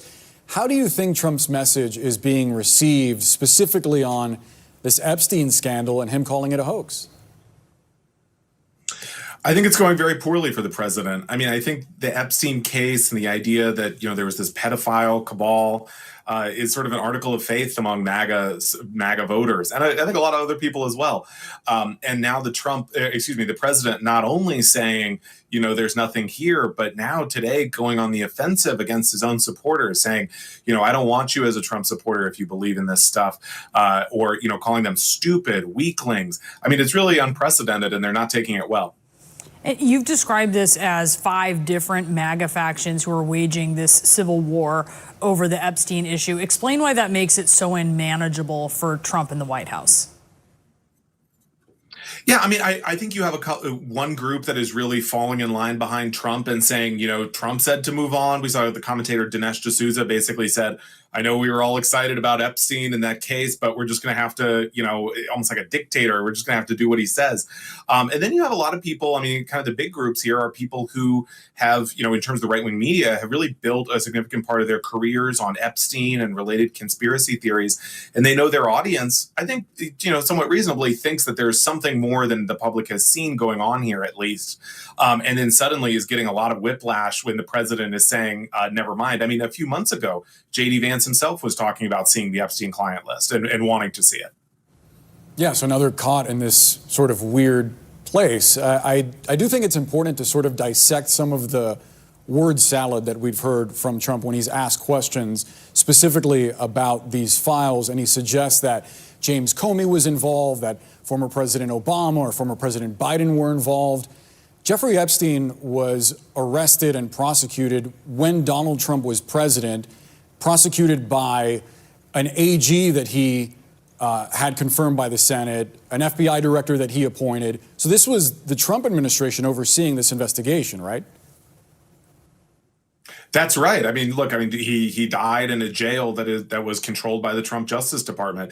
And so it's very bizarre now. I mean, this idea that Obama or Comey or Biden was involved in like cooking these files is really coming out of nowhere. And I think that's partially why that idea that Trump is floating sort of a distraction, a deflection to his supporters really has been getting no traction with them. Is there any danger in, we're hearing Democrats say, they promised something they didn't deliver.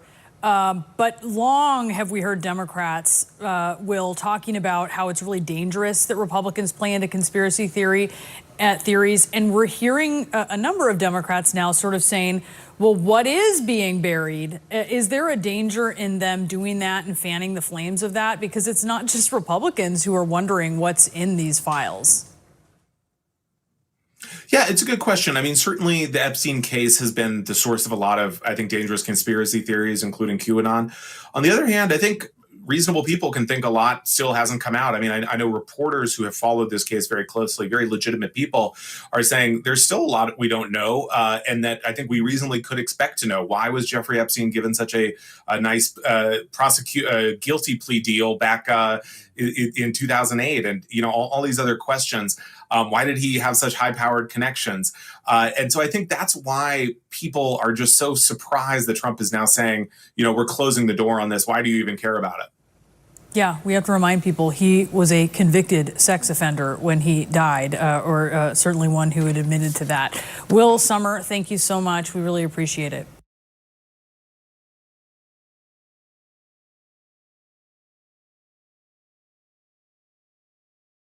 Tonight on this program, for the first time, you are going to hear the words Trump and stupid in the same sentence, but not in the order you might expect, not in the way you have heard those two words used on this program many times before. Because today is the day when Donald Trump finally said something that, now that he's actually said it, kind of seems inevitable.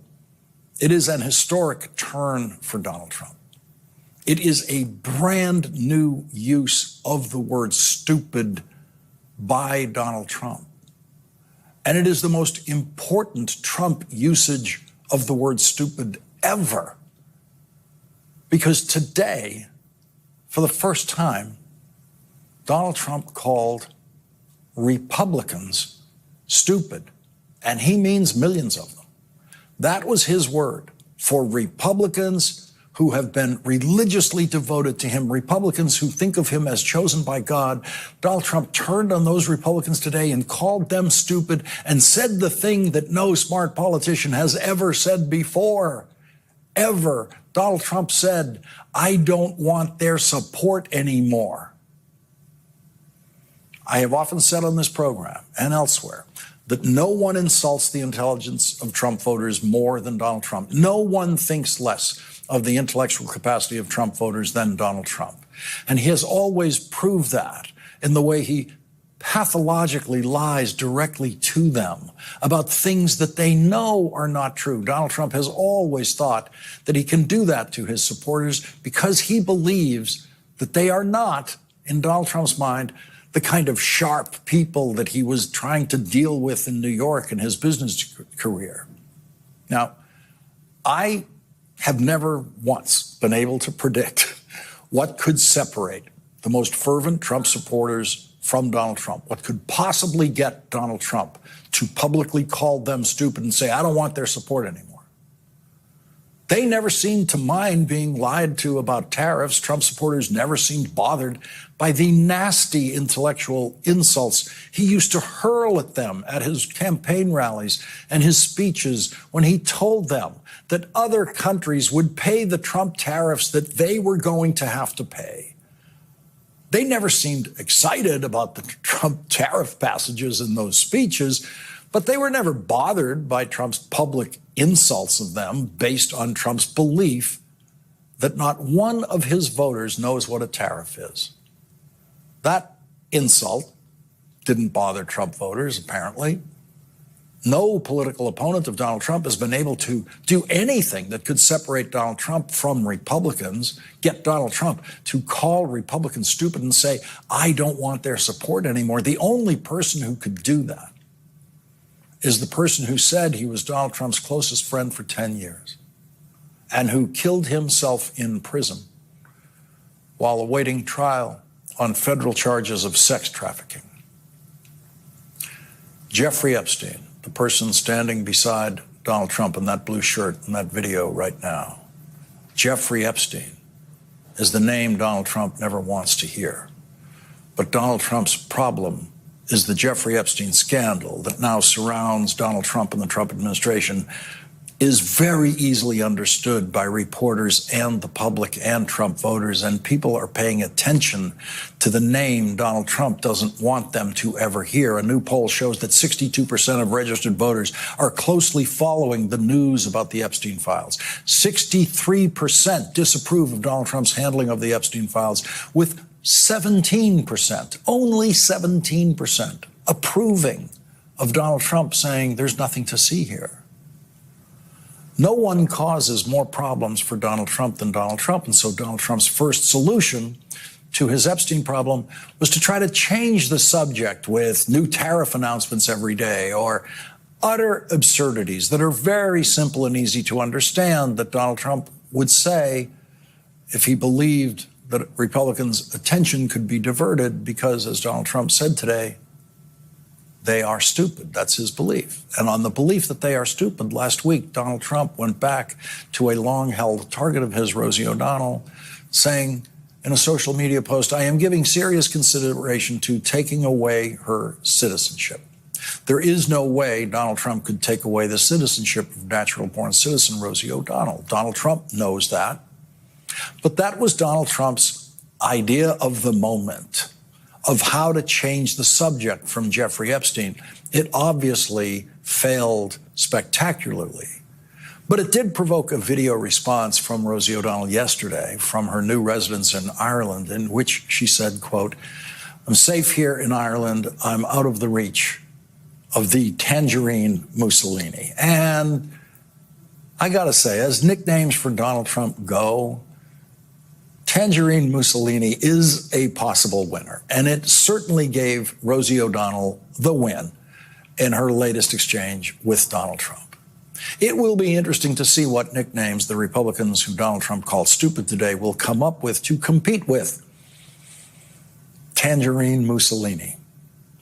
Donald Trump failed to distract attention from Donald Trump and his Attorney General's refusal to release the federal investigative files in the Jeffrey Epstein case, or any files in that case. The files that were on the desk of the Attorney General just days ago, according to the Attorney General's public comments. And this morning, the pressure got to Donald Trump. And so he did the worst thing he could possibly do in the middle of a scandal that he was hoping would disappear. He wrote a long social media post about the scandal, about the Epstein files. Donald Trump gave the story much more fuel today, and he kept doing it all day, which is exactly the opposite of what a smart person would do in Donald Trump's position. And once again, Donald Trump distinguished himself as the vulgarian that he is in the presidency by using profanity in his written public posting, and for some reason putting the profane word in quotation marks in that weird way Donald Trump randomly and incorrectly uses quotation marks.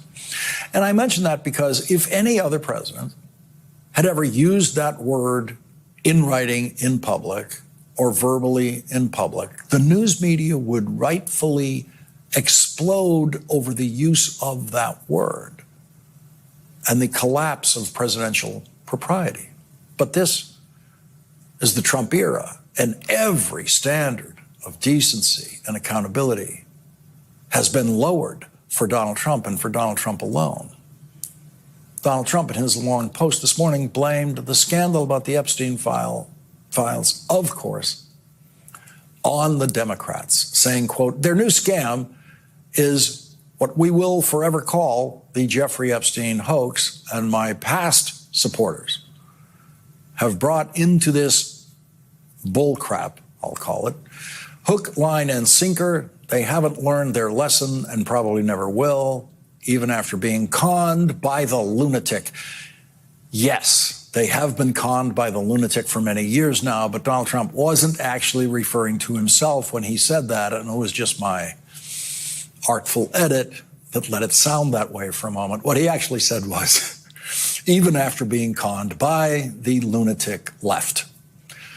Donald Trump ended that social media rant against Republicans, saying all these people want to talk about, with strong prodding by the fake news and the success-starved Dems, is the Jeffrey Epstein hoax. Let these weaklings continue forward and do the Democrats' work. Don't even think about talking of our incredible and unprecedented success, because I don't want their support anymore.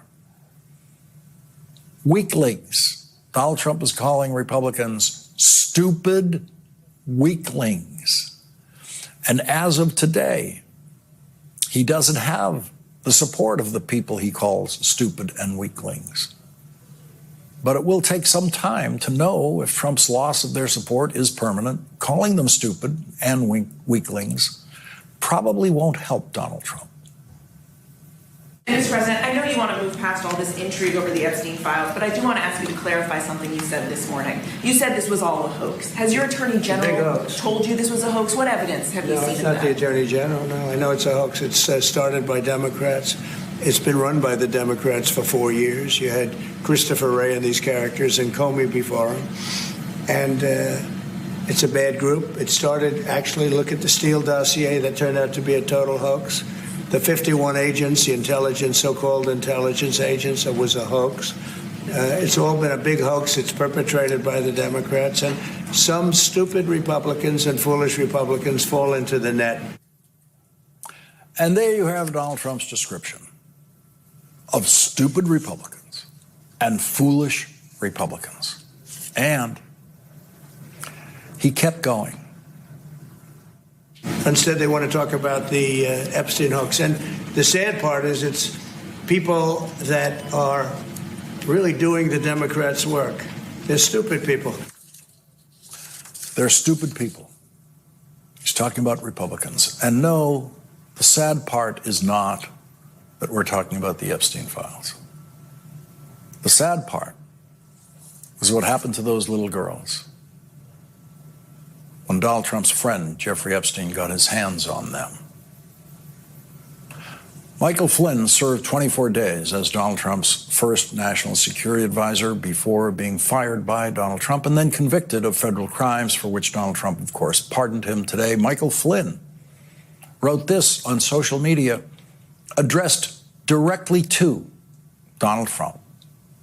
I hesitated to write this, however, with the utmost respect and deference to you for all you've withstood. Few know it better than me, what the deep state can do when they want to turn on a person. The Epstein affair is not about who killed him or if he committed suicide personally. I'm glad this known pedophile is dead, but neither is this a hoax. This issue goes beyond all that. There are millions of Americans who've overwhelmingly voted for you to be our president, and we want you to be massively successful. No one more than me. All we want at this stage is for a modicum of trust to be reestablished between our federal government and the people it is designed to serve. That's all, period, exclamation point. An element that is of great importance surrounding this Epstein affair is the fact this man was a known pedophile, had a list of clients who represented the upper crust of society and likely did untoward things to children on his island, in his homes in New York City and New Mexico, and maybe elsewhere. He was convicted of it, regardless of what class of society abuses and commits crimes against children. It is never acceptable. This is where this argument went off the rails. It is not about Epstein or the left. It is about committing crimes against children. If there are leaks inside of our country that have committed crimes against children, shame on them. They must be held accountable. A sampling of Trump-supporting media today was not supportive of Donald Trump on the Epstein files. Alex Jones spoke directly and hysterically to Donald Trump on his program. You have put the gun in your mouth and ours collectively. Stop it. Stop it. Stop. Stop. Stop. For God's sakes, don't attack your constituents when they have morals and aren't robots. Jeffrey Epstein killed himself before trial, but his co-defendant and co-conspirator, Ghislaine Maxwell, went to trial in 2021. She did not testify. The prosecution called 24 witnesses over 10 days of testimony, including 4 of Jeffrey Epstein and Ghislaine Maxwell's victims. At the time, the Associated Press reported, quote, the first 3 women testified as Jane, Kate, and Carolyn. First names are pseudonyms intended to protect their privacy. The last was Annie Farmer, who took the witness stand using her real name. Jane said she was 14 when she met Maxwell and Epstein at a music camp where Epstein was a benefactor. Maxwell showered her with attention in a way that left her vulnerable the moment she was first instructed to follow Epstein into his pool house in his Palm Beach, Florida estate in 1994, she said. When he began to sexually abuse her, I was frozen in fear, she said. I'd never seen a penis before. Prosecutors wanted evidence that Maxwell was a direct participant. Jane gave it to them by claiming Maxwell and Epstein fondled her together. When a prosecutor asked her why, as the defense pointed out, She didn't initially reveal everything about her experiences with Epstein in initial interviews with law enforcement. She said, fighting back tears because it was too difficult emotionally, too difficult on every level. 14 years old. That's what Donald Trump and his attorney general are hiding. 14 years old. The investigative files on a man who Donald Trump said he knew for 15 years, a man who said he was Donald Trump's closest friend for 10 years and who raped that child when she was 14 years old. They are protecting that man in the grave, and who knows who else. Ghislaine Maxwell's attorneys know that their only hope of ever getting her out of prison will probably be a Trump pardon on the final day of the Trump presidency. And today, they released a statement praising Donald Trump. One of Ghislaine Maxwell's lawyers said this about Donald Trump: he's the ultimate deal maker, and I'm sure he'd agree that when the United States gives its word, it should keep it. With all the talk about who's being prosecuted and who isn't, it's especially unfair that Ghislaine Maxwell remains in prison. And to deepen the mysteries that live in and around the Epstein files, new reporting indicates that there was a gap of 3 full minutes on the video recording of the door of Jeffrey Epstein's jail cell on the night that Jeffrey Epstein killed himself. The 1-minute gap had been previously reported in that video, but new analysis by Wired indicates the actual gap is a full 3 minutes.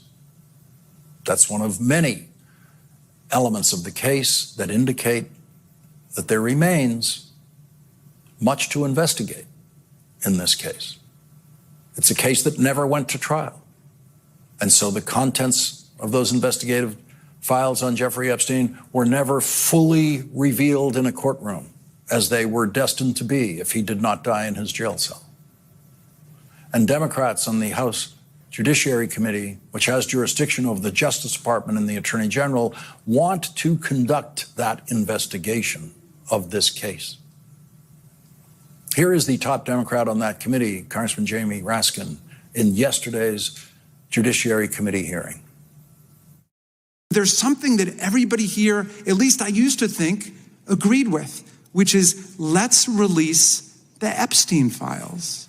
That guy is a child sex offender who's convicted of it and then took his life before the larger trial could take place. His associate, Ms. Maxwell, is in jail for 20 years. The whole country is saying, release the files. That's what Donald Trump said. That's what J.D. Vance said. That's what the Attorney General said. That's what the FBI director said. And now suddenly they want to sweep the whole thing under the rug. Why don't we have a real hearing with real government officials talking about the government and talking about a real investigation with the real problem, which is the nationwide crisis in the sexual abuse of children and human trafficking? Why don't we do that? I yield back to you, Mr. Chairman.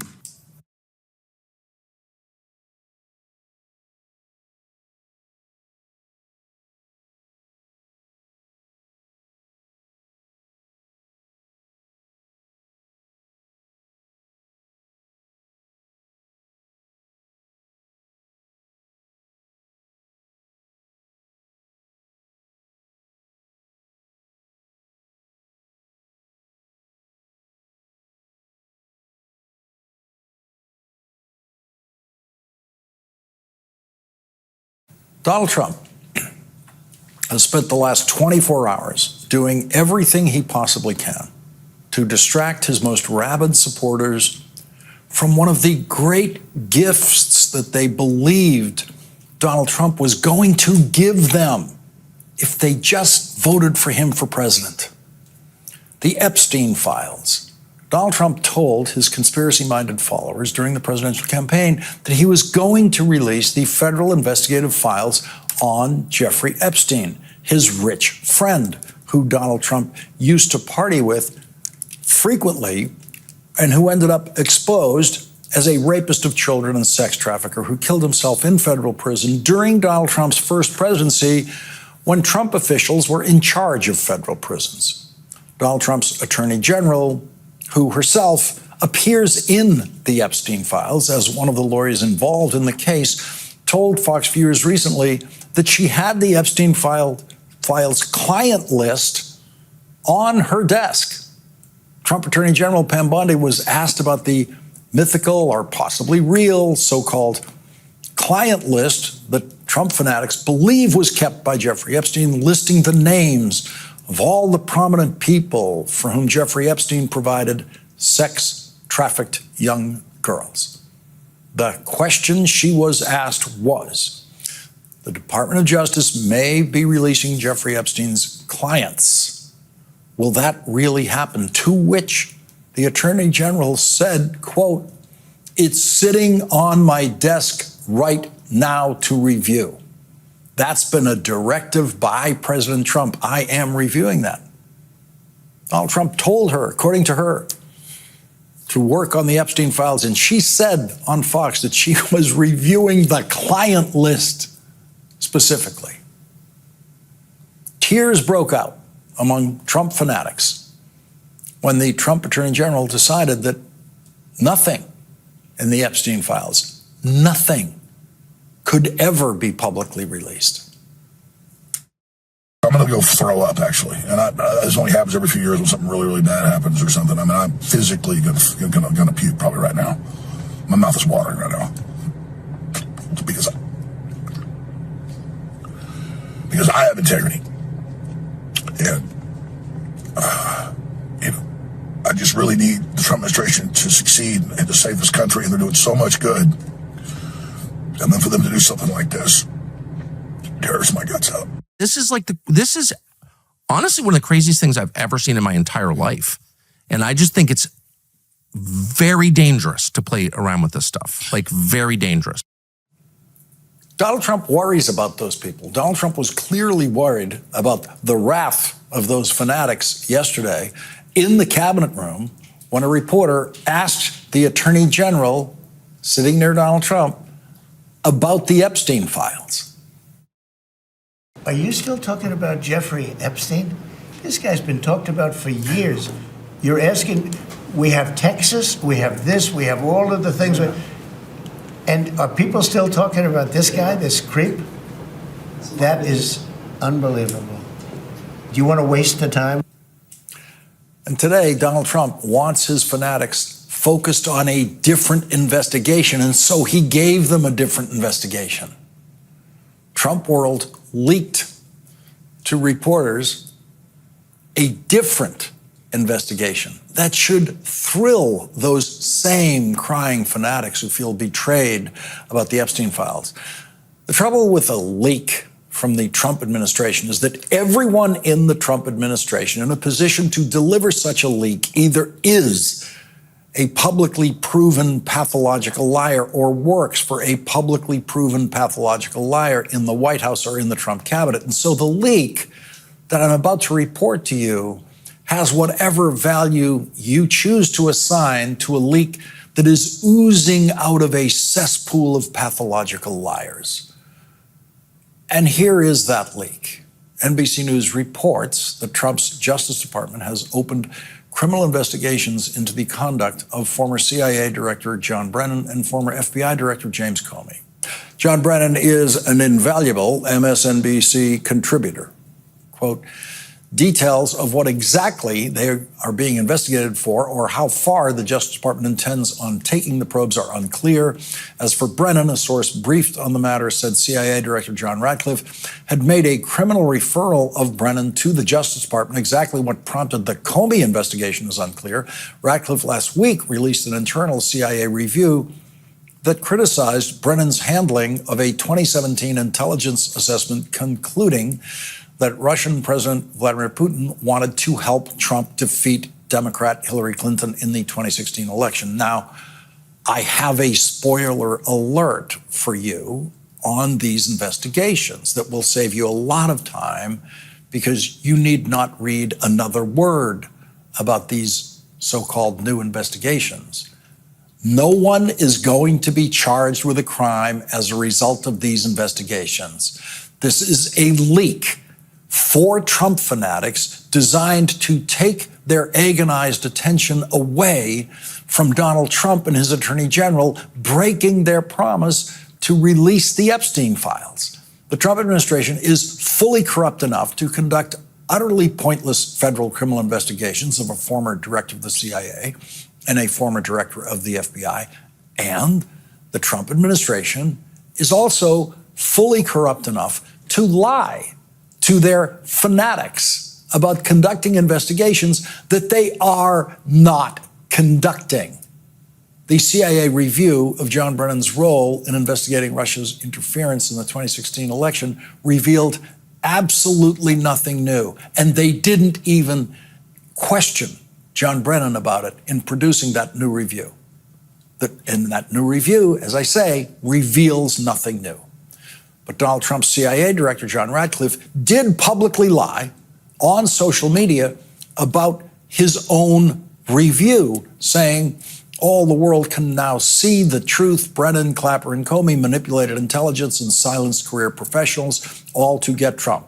And nothing, not a word, in CIA Director Ratcliffe's report shows any of that he put in social media.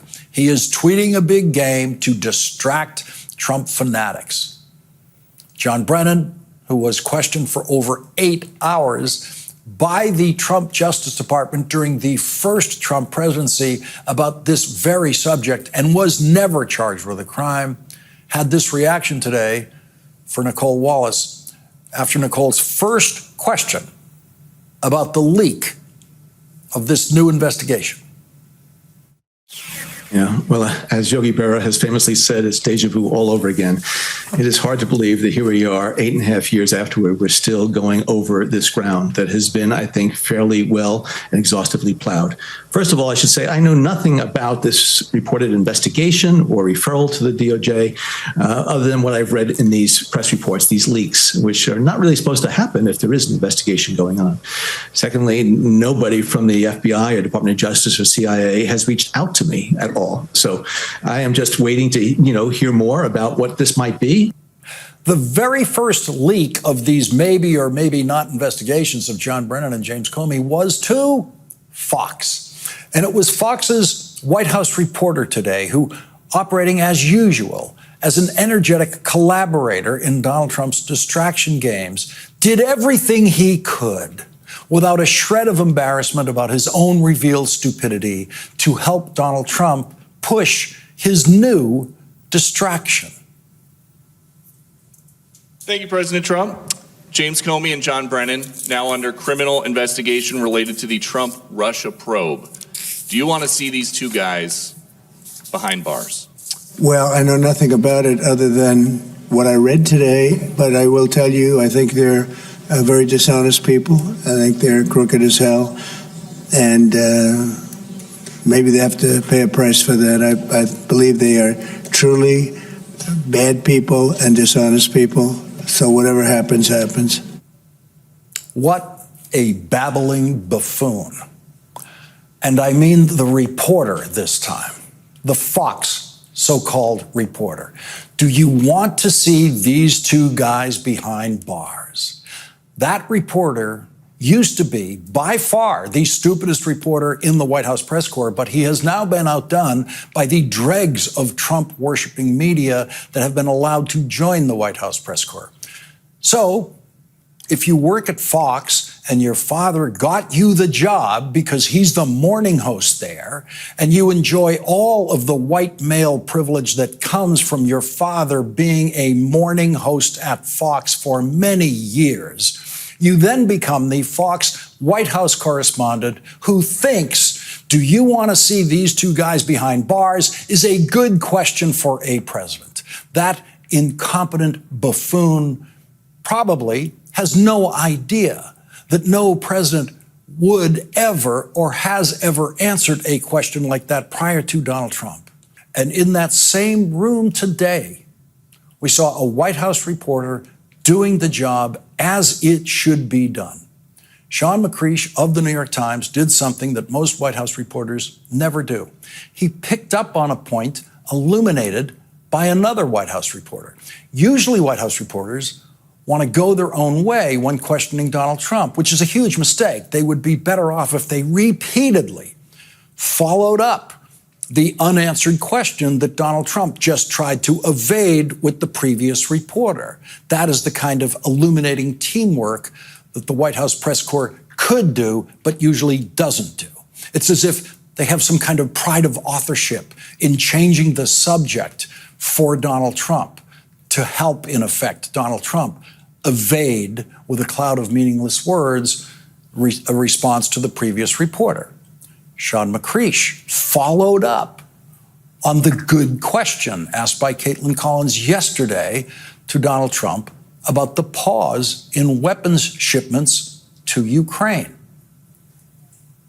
Mr. President, you have sent more weapons to Ukraine, as you said last night. Last week, the Pentagon paused some shipments of weapons to Ukraine. Did you approve of that pause? We wanted to put defensive weapons because Putin is not treating human beings right. He's killing too many people. So we're sending some defensive weapons to Ukraine, and I've approved that. So who ordered the pause last week? I don't know. What did you tell me? I went on at length last night about just how stupid Donald Trump's response was to that question. I don't know. You tell me. And here is Sean McCreish's follow-up question 24 hours later, today. Sir, yesterday you said that you were not sure who ordered the munitions halted to Ukraine. Have you since been able to figure that out? Well, I haven't thought about it because we're looking at Ukraine right now and munitions, but I have not gone into it. What does it say that such a big decision could be made inside your government without you knowing? I would know.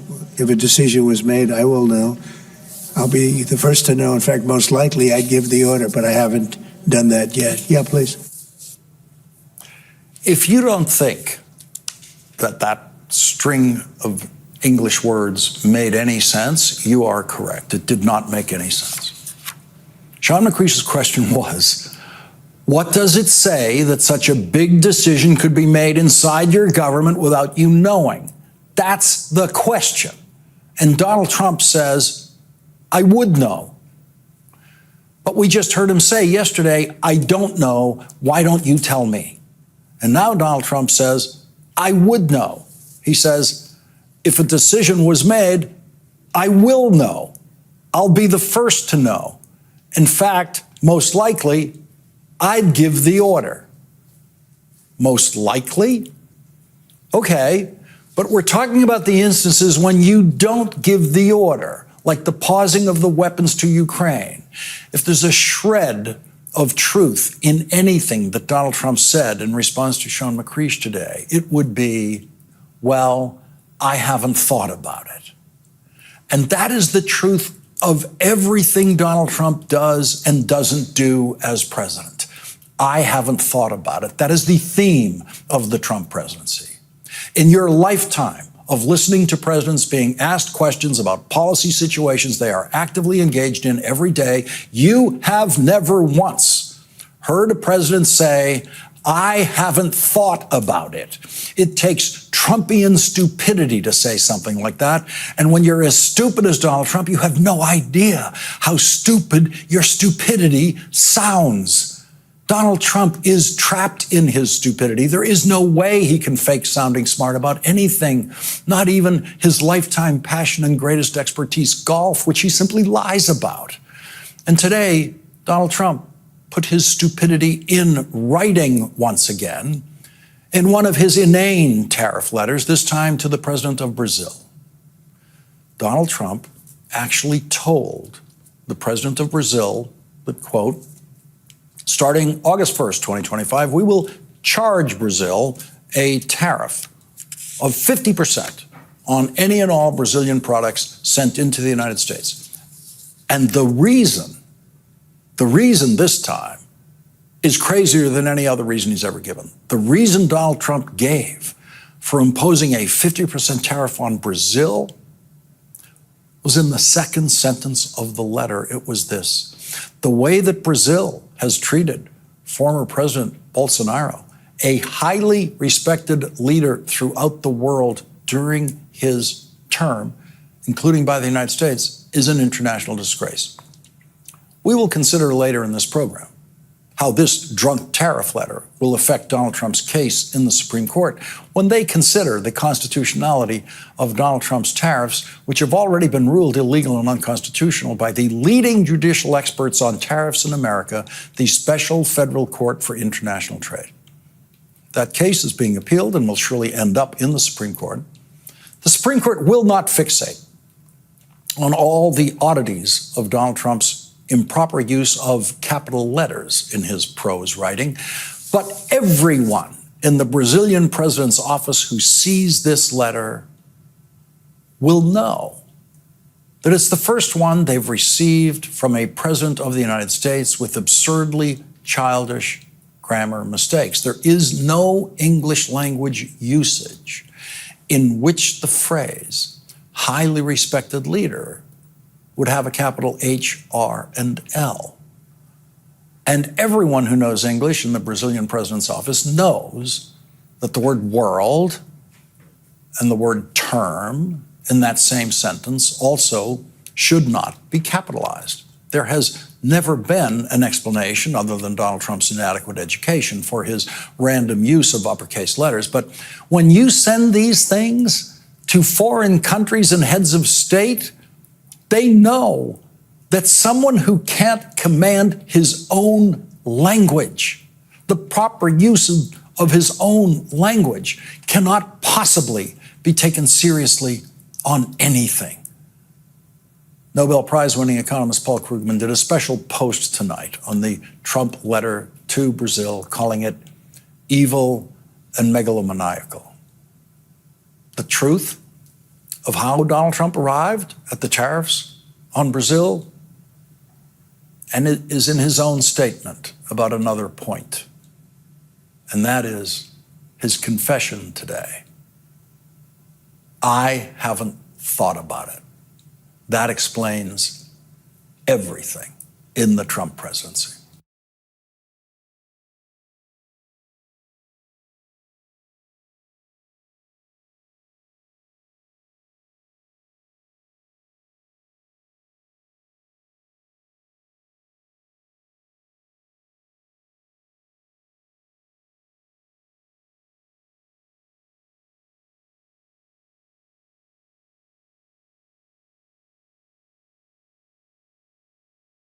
Well, the possibility of a relentlessly stupid person becoming president of the United States has been underexplored by screenwriters.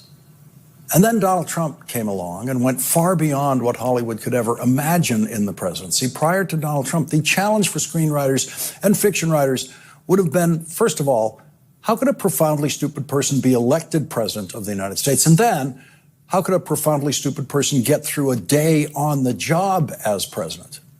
The fictional president, played brilliantly by Martin Sheen on NBC's Emmy-winning series The West Wing, was a wise and carefully thoughtful president for whom I wrote several episode scripts over 7 years of that series. And if I were writing the character of a stupid president in a script, I would simply have had the stupid president completely rely on a smart White House staff and a smart cabinet and just hide behind those people. And absolutely, and I mean absolutely, never talk to the press, because a stupid president's stupidity would be immediately exposed by the White House press corps. And on that point, I would have been very wrong, because it turns out the stupidest presidency in American history has the stupidest White House press corps in American history, as far as we can tell. And the press corps have become accessories, as they proved again today. No one could have imagined that if we get the stupidest president in history, we would also get the stupidest White House press corps collectively in history. But that is where we are. Some individual members of the White House press corps, and I want to stress this, remain excellent at their jobs. But they frequently don't get to ask Donald Trump a question in the elbow-to-elbow question competition that occurs when Donald Trump invites them into the Oval Office, or, as it was today, in the cabinet room. And it was the first time the Trump cabinet has met since Elon Musk left his position that wasn't actually a cabinet position, but that granted him a seat at the table in Trump cabinet meetings, absurdly, which those Trump cabinet meetings have consistently been the most ridiculous cabinet meetings in the history of the cabinet. Today, Donald Trump's accessories were allowed into the room to ask some questions. The White House press corps have become accessories in more than one sense. There is the criminal law concept of accessories, and there is the fashion notion of accessories. Donald Trump turns White House reporters into both versions of that word, accessories. He treats them like handbags or cufflinks, ornaments that he flashes around to pretend and only pretend that he is openly communicating about what he is doing in his workday when he never really answers questions. And so that is never true. And Donald Trump uses the press corps as accessories before and after the fact of his lies. Donald Trump uses White House reporters to evade questions asked by other White House reporters. He plays them for clowns, and they have no idea how to resist it. And I have to admit, if I were in the White House press corps, I'm not sure I would figure out how to resist it, except to maybe yell out some question about Donald Trump lying about something, and then I wouldn't be in the White House press corps anymore. I would be shown out the door, and that would be the end of that.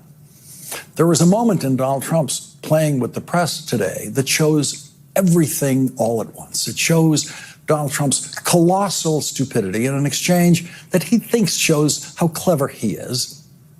Imagine how stupid you have to be as President of the United States to think that when asked a question about something important that you're supposed to know, your answer is, I don't know, why don't you tell me? There have been previous presidents who have been asked questions that they didn't know the answer to, which they should have known the answer to, and not one of them said, I don't know, why don't you tell me? Because none of them are as stupid as Donald Trump. Only Donald Trump could do that. And only Donald Trump has been able to beat down and humiliate White House reporters to the point where they take that for an answer meekly and shut up, which is exactly what happened today. When that White House reporter took that answer meekly, tried to mumble a follow-up, another White House reporter beside her immediately jumped in, performing his role as an accessory after the fact of Donald Trump's stupidity, to offer Donald Trump a complete change of subject, a completely different question, to run away from the question to which his idiotic answer was, I don't know, why don't you tell me? And the reporter who he asked, why don't you tell me, began to follow up. But the other White House reporter came in to rescue Donald Trump. And all of that happens in one flash in the cabinet room today. And not a single White House reporter is outraged. Not a single White House reporter raised a voice. And the White House reporter who got Donald Trump to say, I don't know, why don't you tell me, is the very same White House reporter who was always congratulated for being very aggressive, and that's the term they're always proud of, very aggressive with President Joe Biden. She never would have allowed Joe Biden to say to her, why don't you tell me, without an aggressive and very loud response to that, a raised voice, aggressive response to that. But it's Donald Trump now. And so the White House press corps has changed its own rules of behavior in order to continue to be allowed in the Trump White House. They're not allowed to do their jobs in the Trump White House, but they are allowed to be there, which apparently is all that matters to most of them, who have exhibited no shame whatsoever in the diminution of their status, their reduction to accessories by Donald Trump. Here is that moment when everything all at once happened today. Putin is not treating human beings right. He's killing too many people. So we're sending some defensive weapons to Ukraine, and I've approved that. So who ordered the pause last week? I don't know. Why don't you tell me? I think that's a question for the Go ahead. Mr. President, on immigration, the Secretary of the Agriculture did say this morning that undocumented workers would not be covered by any amnesty of who are working on farms.